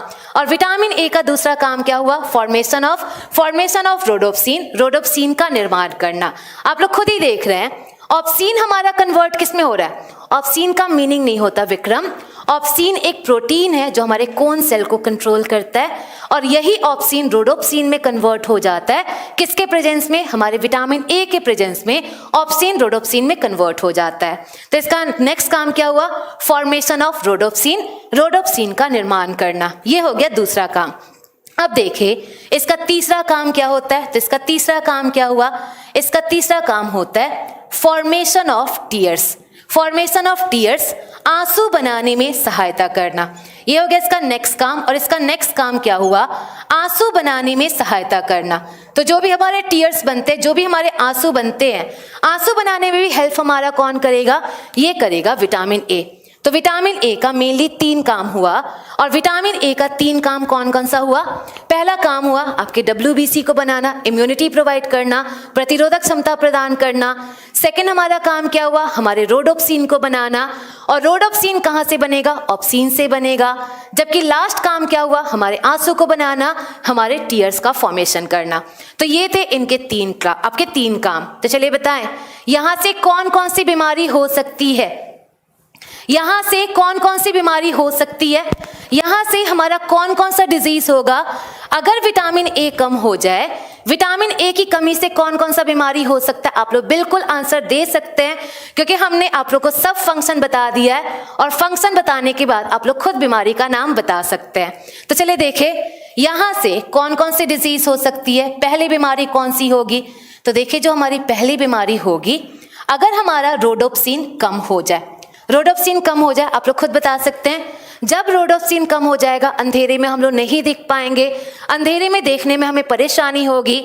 और अंधेरे में देखने में परेशानी होना, इस बीमारी को हम लोग क्या कहते हैं? इस बीमारी को कहेंगे नाइट ब्लाइंडनेस। Night blindness. और नाइट ब्लाइंडनेस का हिंदी नाम क्या होता है? इसका हिंदी नाम होता है रतौंधी। तो हमारा रोडोप्सिन बनने में क्या होगा? लेट होगा। और रोडोप्सिन बनने में लेट होना, इसी बीमारी को हम लोग क्या कहेंगे? नाइट ब्लाइंडनेस कहेंगे, आप लोग का रतौंधी कहेंगे। और इसका एक साइंटिफिक नेम होता है। और इसका साइंटिफिक नेम क्या होता है? इसका साइंटिफिक नेम होता है, ये इसका साइंटिफिक नेम होता है निक्टोलेपिया। निक्टोलेपिया इसका साइंटिफिक नेम होता है। तो जो हमारा नाइट ब्लाइंडनेस है, इसी का साइंटिफिक नेम क्या हो गया? आप लोग का निक्टोलेपिया। तो आप लोग को ये रटने की जरूरत है नहीं। जब हमने आप लोग को समझा दिया, समझने के अकॉर्डिंग आप लोग खुद भी बता सकते हैं कि कैसे रतौंधी हो सकता है, कैसे हमारा नाइट ब्लाइंडनेस हो सकता है। चलिए बताइए नेक्स्ट हमारी बीमारी कौन सी होनी चाहिए? नेक्स्ट यहां से हमारी बीमारी कौन सी होगी? नाइट ब्लाइंडनेस तो हो गया, नेक्स्ट हमारी बीमारी कौन सी होगी? तो हमारी इम्यूनिटी कम हो जाएगी कि ज्यादा हो जाएगी? आप लोग बताइए, हमारा प्रतिरोधक क्षमता कम हो जाएगा कि ज्यादा हो जाएगा? हमारी इम्यूनिटी क्या हो जाएगी? कम हो जाएगी। प्रतिरोधक क्षमता कम हो जाएगी। और जब प्रतिरोधक क्षमता कम हो जाएगी, हम लोग कम बीमार होंगे कि ज्यादा बीमार होंगे? ज्यादा बीमार होने लगेंगे। तो यहां से नेक्स्ट हमारा क्या हो जाएगा? नेक्स्ट होगा मेनी डिजीज, बहुत सारी बीमारी। तो हमारा क्या हुआ? WBC कम हुआ, इम्यूनिटी कम होगा। और इम्यूनिटी कम होगा क्या होगा? बहुत सारी बीमारी होने लगेगी, मेनी डिसीज होने लगेगी। तो ये क्या हो गया हमारा? बहुत ज्यादा बीमार, वीक इम्यूनिटी। अब चलिए लास्ट बताएं। और लास्ट बताएं, अगर हमारे आंसू ही ना बने क्या होगा? अगर हमारे आंसू ना बने क्या होगा? आंसू ना बने, आप लोग बताइए क्या होगा? आंसू नहीं बने, ये आंखों में सूखापन होने लगेगा। जब भी आप लोग का विटामिन ए क्या काम कर रहा है? विटामिन ए का मेन काम क्या है? तो विटामिन ए का मेन आप लोग का एक और काम क्या है? आंसू बनाना, आंसू बनाना। और जब हमारे आंसू नहीं बनेंगे, हमारे आंख क्या होंगे? सूखने लगेंगे। और आंख सूखने लगेंगे, इस बीमारी को हम लोग क्या नाम देते हैं? आंखों का सूखने लगना, इस बीमारी को हम लोग क्या नाम देते हैं? तो इस बीमारी को हम लोग बोलते हैं ज़ीरोफ्थैलेमिया। ज़ीरोफ्थैलेमिया। तो ये हो गया हमारे आंखों में सूखापन आने लगा, आंखों में ड्राइनेस आने लगना, आंखों में सूखापन हो जाना, इसी बीमारी को हम लोग क्या बोलते हैं? ज़ीरोफ्थैलेमिया। ज़ीरोफ्थैलेमिया। तो ये हो गया हमारा ज़ीरोफ्थैलेमिया। और ये भी किसके कारण होगा? तो जब हमारा विटामिन ए कम हो जाए, आंसू नहीं बनेंगे, आंसू ना बनना, यही हमारा क्या होगा? ज़ीरोफ्थैलेमिया। बिल्कुल, हमारा लैक्रिमल ग्लैंड इन्फेक्टेड हो जाएगा और उसी के कारण हमारा क्या होगा? ज़ीरोफ्थैलेमिया होगा। तो चलिए अब आप लोग बताएं, क्या विटामिन ए कम होने से हम लोग अंधे भी हो सकते हैं? विटामिन ए कम होने से हम लोग अंधे भी हो सकते हैं? क्या ऐसा पॉसिबल है कि हम लोग विटामिन ए कम होने से हम लोग अंधे भी हो सकते हैं? बिल्कुल, जब विटामिन ए बहुत कम हो जाए। ठीक है, बड़ा लिखेंगे, किसी ने बोला है थोड़ा बड़ा लिखो, अब बिल्कुल बड़ा लिखेंगे। तो आप लोग से पूछा जाए क्या विटामिन ए कम होने से हम लोग अंधे हो सकते हैं? बिल्कुल, जब हमारे आंसू बिल्कुल नहीं बने, जब हमारा ज़ीरोफ्थैलेमिया ज़्यादा हो जाए, उस कंडीशन में क्या होता है? जब ये हमारा एक्सेस कंडीशन में हो जाए, ये जो है ये एक्सेस कंडीशन में हो जाए, हमारा जो आँख है, ये जो हमारा कॉर्निया होता है, ये जो आप लोग का वाइट वाइट सा पार्ट है, ये जो कॉर्निया होता है, ये कॉर्निया पूरी तरह डैमेज हो जाता है। जब विटामिन ए बिल्कुल कम हो जाए, हमारा कॉर्निया बिल्कुल डैमेज हो जाता है। और कॉर्निया का पूरी तरह डैमेज हो जाना, इस बीमारी को हम लोग क्या कहते हैं? इस बीमारी को हम लोग बोलते हैं कॉर्नियल जीरोसिस। कॉर्नियल जीरोसिस हमारा जब विटामिन ए बिल्कुल कम हो जाए, आपके आंख बिल्कुल ड्राई हो जाएंगे। और आंख बिल्कुल ड्राई हो जाए, आपके जो कॉर्निया है वो डैमेज हो जाता है, ये वाइट वाला पार्ट डैमेज हो जाता है। इसी को हम लोग क्या कहते हैं? कॉर्नियल जीरोसिस बोलते हैं। और ये कॉर्नियल जीरोसिस हमारे आंखों को ड्राई करेगा और इसके कारण हमारी आंख ब्लाइंड हो सकते हैं, हम लोग ब्लाइंड हो सकते हैं। तो आप लोग से पूछे क्या विटामिन ए की कमी के कारण हम ब्लाइंड हो सकते हैं? बिल्कुल हो सकते हैं। अगर विटामिन ए बिल्कुल खत्म हो जाए, कॉर्निया डैमेज हो जाएगा, जिसको कॉर्नियल जीरोसिस कहते हैं। और ये हमारा क्या कर सकता है? ब्लाइंड हो सकता है, हम लोग अंधे हो सकते हैं। नहीं, अगर ये पूरी तरह खराब हो जाए उसके बाद ये ठीक नहीं हो पाता है। तो ये था हमारा विटामिन ए से होने वाली बीमारी। अब लास्ट क्या पढ़ाएंगे? तो इसमें लास्ट पढ़ाएंगे आप लोग क्या क्या खाएंगे तो आपको विटामिन ए मिलेगा। तो चलिए बताइए क्या क्या खाएंगे तो आप लोग को विटामिन मिलेगा? विटामिन का आपके विटामिन ए का सोर्स क्या होगा? विटामिन ए का मेन सोर्स क्या होना चाहिए? तो चलिए देखिए आपके विटामिन ए का मेन सोर्स क्या होता है। आप लोग क्या क्या खाएंगे तो आपका विटामिन मिलेगा? तो विटामिन ए का दो सोर्स हो सकता है। और दो सोर्स हमारा कौन सा होगा? एक होगा हमारा प्लांट प्रोडक्ट। प्लांट प्रोडक्ट पौधों से मिलने वाली वस्तुएं। तो एक हो गया हमारा प्लांट प्रोडक्ट पौधों से मिलने वाली वस्तुएं। जबकि सेकंड हमारा कौन सा हो जाएगा? सेकंड हो जाएगा एनिमल प्रोडक्ट। तो ये हो गया हमारा सेकंड प्रोडक्ट, सेकंड सोर्स। और सेकंड हमारा क्या हो जाएगा? Animal product. तो हमारा पहला हो गया जंतुओं से, पहला हो गया पौधों से मिलने वाली आपकी वस्तुएं। जबकि सेकंड कौन सा हो गया? सेकंड हो गया एनिमल प्रोडक्ट। तो देखिए आपका प्लांट प्रोडक्ट कौन कौन सा होगा, कौन कौन सी हम लोग सब्जी खाएंगे तो हमें विटामिन ए मिल सकता है। तो चले देखें ज़ीरोफ्थैलेमिया क्या होता है मिश्रा? ज़ीरोफ्थैलेमिया जब हमारे आंखों में आंसू कम हो जाए, हमारे आंख ड्राई हो जाते, उसी को ज़ीरोफ्थैलेमिया बोलते हैं। तो चले देखें इनसे हमारा कौन कौन सा आप लोग का कौन कौन सा इसका सोर्स हो सकता है। तो सबसे पहला इसका सोर्स होगा dark green and yellow vegetable. इसका पहला सोर्स जो होगा ये होगा dark green and yellow vegetable. तो जो भी हमारे गाढ़े हरे और पीले रंग की सब्जियां होती हैं, ये सारा हमारा सोर्स किसका होगा? आप लोग का विटामिन ए का। विटामिन ए का। तो विटामिन ए का पहला सोर्स क्या हो गया? Dark green and yellow vegetable. तो यहां से एग्जाम्पल बता सकते हैं, डार्क ग्रीन और येलो वेजिटेबल का एग्जाम्पल बता सकते हैं। तो यहां से हमारा एग्जाम्पल क्या हो गया? पालक। पालक हमारा क्या हो जाएगा, डार्क ग्रीन हो जाएगा।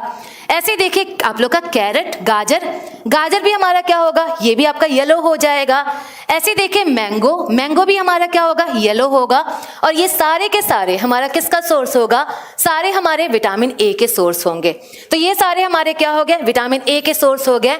जो भी हमारे डार्क ग्रीन और आपकी पीली सब्जियां हैं, ये सारा हमारा क्या होगा, विटामिन ए का सोर्स होगा। तो देखिए होता क्या है, सिंपली क्या होता है, तो हम आपको पढ़ाएंगे जो हमारा, हाँ जी पपाया भी होगा, बिल्कुल पपाया भी इसका एग्जाम्पल होगा। तो नेक्स्ट एग्जाम्पल किसी ने बोला पपाया, बिल्कुल हो सकता है, पपाया भी तो येलो कलर का है।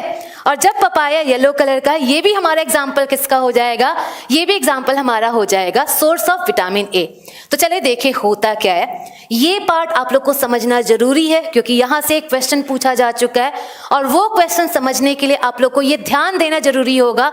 आप लोग बिल्कुल अभी कुछ कमेंट ना करें, पहले समझे और क्या समझाने जा रहे हैं यहाँ से। तो जो हमारे प्लांट्स का येलो कलर होता है, जो भी हमारे प्लांट्स का हरा पीला रंग होता है, वो एक प्रोटीन के एक आप लोग के पिगमेंट के कारण होता है। और पिगमेंट हमारा क्या होता है, एक वर्ड होता है पिगमेंट, पिगमेंट का हिंदी नाम होता है लवक, पिगमेंट का हिंदी नाम होता है लवक। लवक और लवक क्या होता है, तो जो भी आपके कंपाउंड कलर प्रदान करे, ऐसे कंपाउंड्स को हम लोग क्या बोलते हैं, पिगमेंट बोलते हैं, लवक बोलते हैं। जैसे बिल्कुल क्लोरोफिल जो है, क्लोरोफिल हमारा पिगमेंट होता है। ऐसे सारे पौधे तो हरे रंग के नहीं होते हैं, अलग अलग पौधे अलग अलग रंग के होते हैं। तो जो हमारे पीले पौधे हैं, जो भी हमारी पीली सब्जियां हैं, पीली सब्जियों में एक आप लोग का पिगमेंट पाया जाता है। और पीली सब्जियों में कौन सा पिगमेंट पाया जाता है, पीली सब्जियों में एक पिगमेंट पाया जाता है जिसका नाम होता है बीटा कैरोटीन। बीटा कैरोटीन, आप लोग बस इतना जानिए, पीली सब्जियों का जो रंग होता है वो किसके कारण होता है, बीटा कैरोटीन के कारण होता है। तो ये चीज आप लोग को याद रखना होगा, पीली सब्जियां या पीला और नारंगी के बीच का जो मिक्सचर वाला कलर होता है वो किसके कारण होता है, बीटा कैरोटीन होता है। तो जब भी हम लोग ये सारी सब्जियां खाएंगे, जैसे आप लोगों ने जो भी येलो वाली सब्जियां खाई, येलो वाली सब्जियों से हमें क्या मिलेगा, बीटा कैरोटीन मिलेगा। ये बीटा कैरोटीन कहाँ पहुंचता है, ये बीटा कैरोटीन हमारे लिवर में पहुंचता है, ये हमारे यकृत में पहुंचता है। तो हमने पीली सब्जियां खाई, पीली सब्जियों से क्या बना, बीटा कैरोटीन। ये हमारा कहाँ पहुंचा, लिवर में पहुंचा। और जैसे ही लिवर में ये पहुंचेगा, हमारा बीटा कैरोटीन कन्वर्ट किस में हो जाता है, हमारा बीटा कैरोटीन हमारे विटामिन ए में कन्वर्ट हो जाता है। मतलब इससे डायरेक्टली विटामिन ए नहीं मिलता, इनसे डायरेक्टली हमारा विटामिन ए नहीं मिलता। विटामिन ए हमारा बॉडी में जाकर बनता है। इनसे हमें क्या मिलेगा, इनसे हमें क्या मिलेगा, आप लोग का बीटा कैरोटीन बना। और ये बीटा कैरोटीन आप लोग का बॉडी में जाकर किस में फॉर्म हो जाता है, ये हमारे विटामिन ए में कन्वर्ट हो जाता है। तो चलिए बताइए, क्या विटामिन ए हमारे बॉडी में बन सकता है, आप लोग से पूछा जाए क्या विटामिन ए हमारे बॉडी में बन सकता है, विटामिन ए का फॉर्मेशन हमारे बॉडी में हो सकता है कि नहीं हो सकता है। तो इन सब से डायरेक्टली हमें विटामिन ए नहीं मिलता, इनसे हमें क्या मिलता है, बीटा कैरोटीन मिलता है। और यही बीटा कैरोटीन जाकर कन्वर्ट किस में हो जाता है, हमारे विटामिन ए में कन्वर्ट हो जाता है। तो ये हो गया हमारा विटामिन ए का क्या क्या सोर्स होगा, मतलब कौन कौन से सोर्स से हमारा विटामिन ए मिल सकता है। तो यहाँ से एक क्वेश्चन पूछा जाता है और ये क्वेश्चन पे आप लोग ध्यान दीजिएगा, ये क्वेश्चन आप लोग का पूछा गया है और क्वेश्चन पूछा जाता है, beta carotene is a precursor of which vitamin. Beta carotene is a precursor of which vitamin. Beta carotene कौन से विटामिन का प्रिकर्सर होता है, मतलब आप लोग का विटामिन ए बीटा कैरोटीन कौन सा विटामिन बनाता है। तो चलिए बताइए, बीटा कैरोटीन हमारा कौन सा विटामिन बनाएगा, ये क्या बनाएगा, हमारा विटामिन ए बनाएगा। क्योंकि बीटा कैरोटीन लिवर में जाकर कन्वर्ट किस में हो जाता है, हमारे विटामिन ए में कन्वर्ट हो जाता है। तो चलिए अब लास्ट बताएं, एनिमल प्रोडक्ट कौन कौन सा होना चाहिए, हमारा जंतु उत्पाद कौन कौन सा होना चाहिए, मतलब आप लोग क्या क्या खाएंगे जिससे हमें विटामिन ए मिल सकता है। तो देखिए इसका सबसे पहला प्रोडक्ट क्या हो गया, मिल्क प्रोडक्ट। मिल्क प्रोडक्ट मतलब जितने भी दूध वाले सामान है, जैसे दूध हो गया, दही हो गया, इन सब से हमें क्या मिलेगा, इन सब से हमें क्या मिल सकता है, विटामिन ए मिल सकता है। ऐसे देखिए जो फिश ऑयल होता है, जो आप लोग के मछलियों का तेल मिलता है मार्केट में, उससे वो भी हमारा क्या करेगा, विटामिन ए प्रदान करेगा। ऐसे देखिए जो भी चिकन और मटन का लिवर होता है, ह्यूमन का नहीं खाना, चिकन मटन का ही खाना है। और चिकन मटन का जो भी हमारा लिवर होता है, हाँ जी एग भी इसका सोर्स होगा, बिल्कुल होगा। तो जो चिकन और मटन का लिवर होता है ये भी अच्छा सोर्स होता है हमारे विटामिन ए का। तो ये था हमारा विटामिन ए के बारे में। यहां तक समझ आया? यहां तक समझ आया? समझ आया यहां तक? अच्छा, मुर्गा, हाँ जी बिल्कुल, मुर्गा के लिवर में आपका विटामिन ए मिलेगा। तो ये था, अभी सिर्फ विटामिन ए के बारे में हमने पढ़ा है। अब इसके बाद हम लोग विटामिन बी पढ़ेंगे, अच्छा बहुत आया, अच्छी बात है, बहुत आया। तो विटामिन सी पढ़ेंगे, विटामिन डी, इन सब के बारे में पढ़ना है। एक एक करके ऐसे सबका फंक्शन पढ़ेंगे, सबसे बीमारी पढ़ेंगे और सबसे आप लोग का सोर्स क्या होता है, ये सब कुछ डिस्कस किया जाएगा। चलिए, अब हम लोग नेक्स्ट क्लास कल मिलेंगे आप लोगों से। तब तक के लिए आप लोग ध्यान से ऑप्सिन फिर बता दें। ऑप्सिन हमारा एक प्रोटीन है और ये ऑप्सिन हमारे कोन सेल को रेगुलेट करता है। हम लोग उजाले में वस्तुओं को देख पाए, उसी को हमारा रेगुलेट कौन करता है? हमारा कोन सेल रेगुलेट करता है। चलिए, अब आप लोग नेक्स्ट क्लास में हमसे मिलेंगे। तब तक के लिए अगर आप लोग को अच्छा लगा तो ये बैच जल्दी से खरीद ले। आप लोग को और भी बहुत कुछ definition of vitamin, vitamin is generally an organic compound. ये हमारा कार्बनिक यौगिक होता है। मेरी क्लास फ्राइडे और सैटरडे को होगी। चले, तो अब आप लोग रहने देते हैं आज के लिए। बाकी विटामिन ए आप लोग के इन दोनों में सबसे ज्यादा मिलता है। पीडीएफ कब मिलेगा? जब आप लोग एडमिशन ले लेंगे, आपके ऐप पर पीडीएफ अपलोड हो जाएगा। अब रहने देते हैं। Thank you class.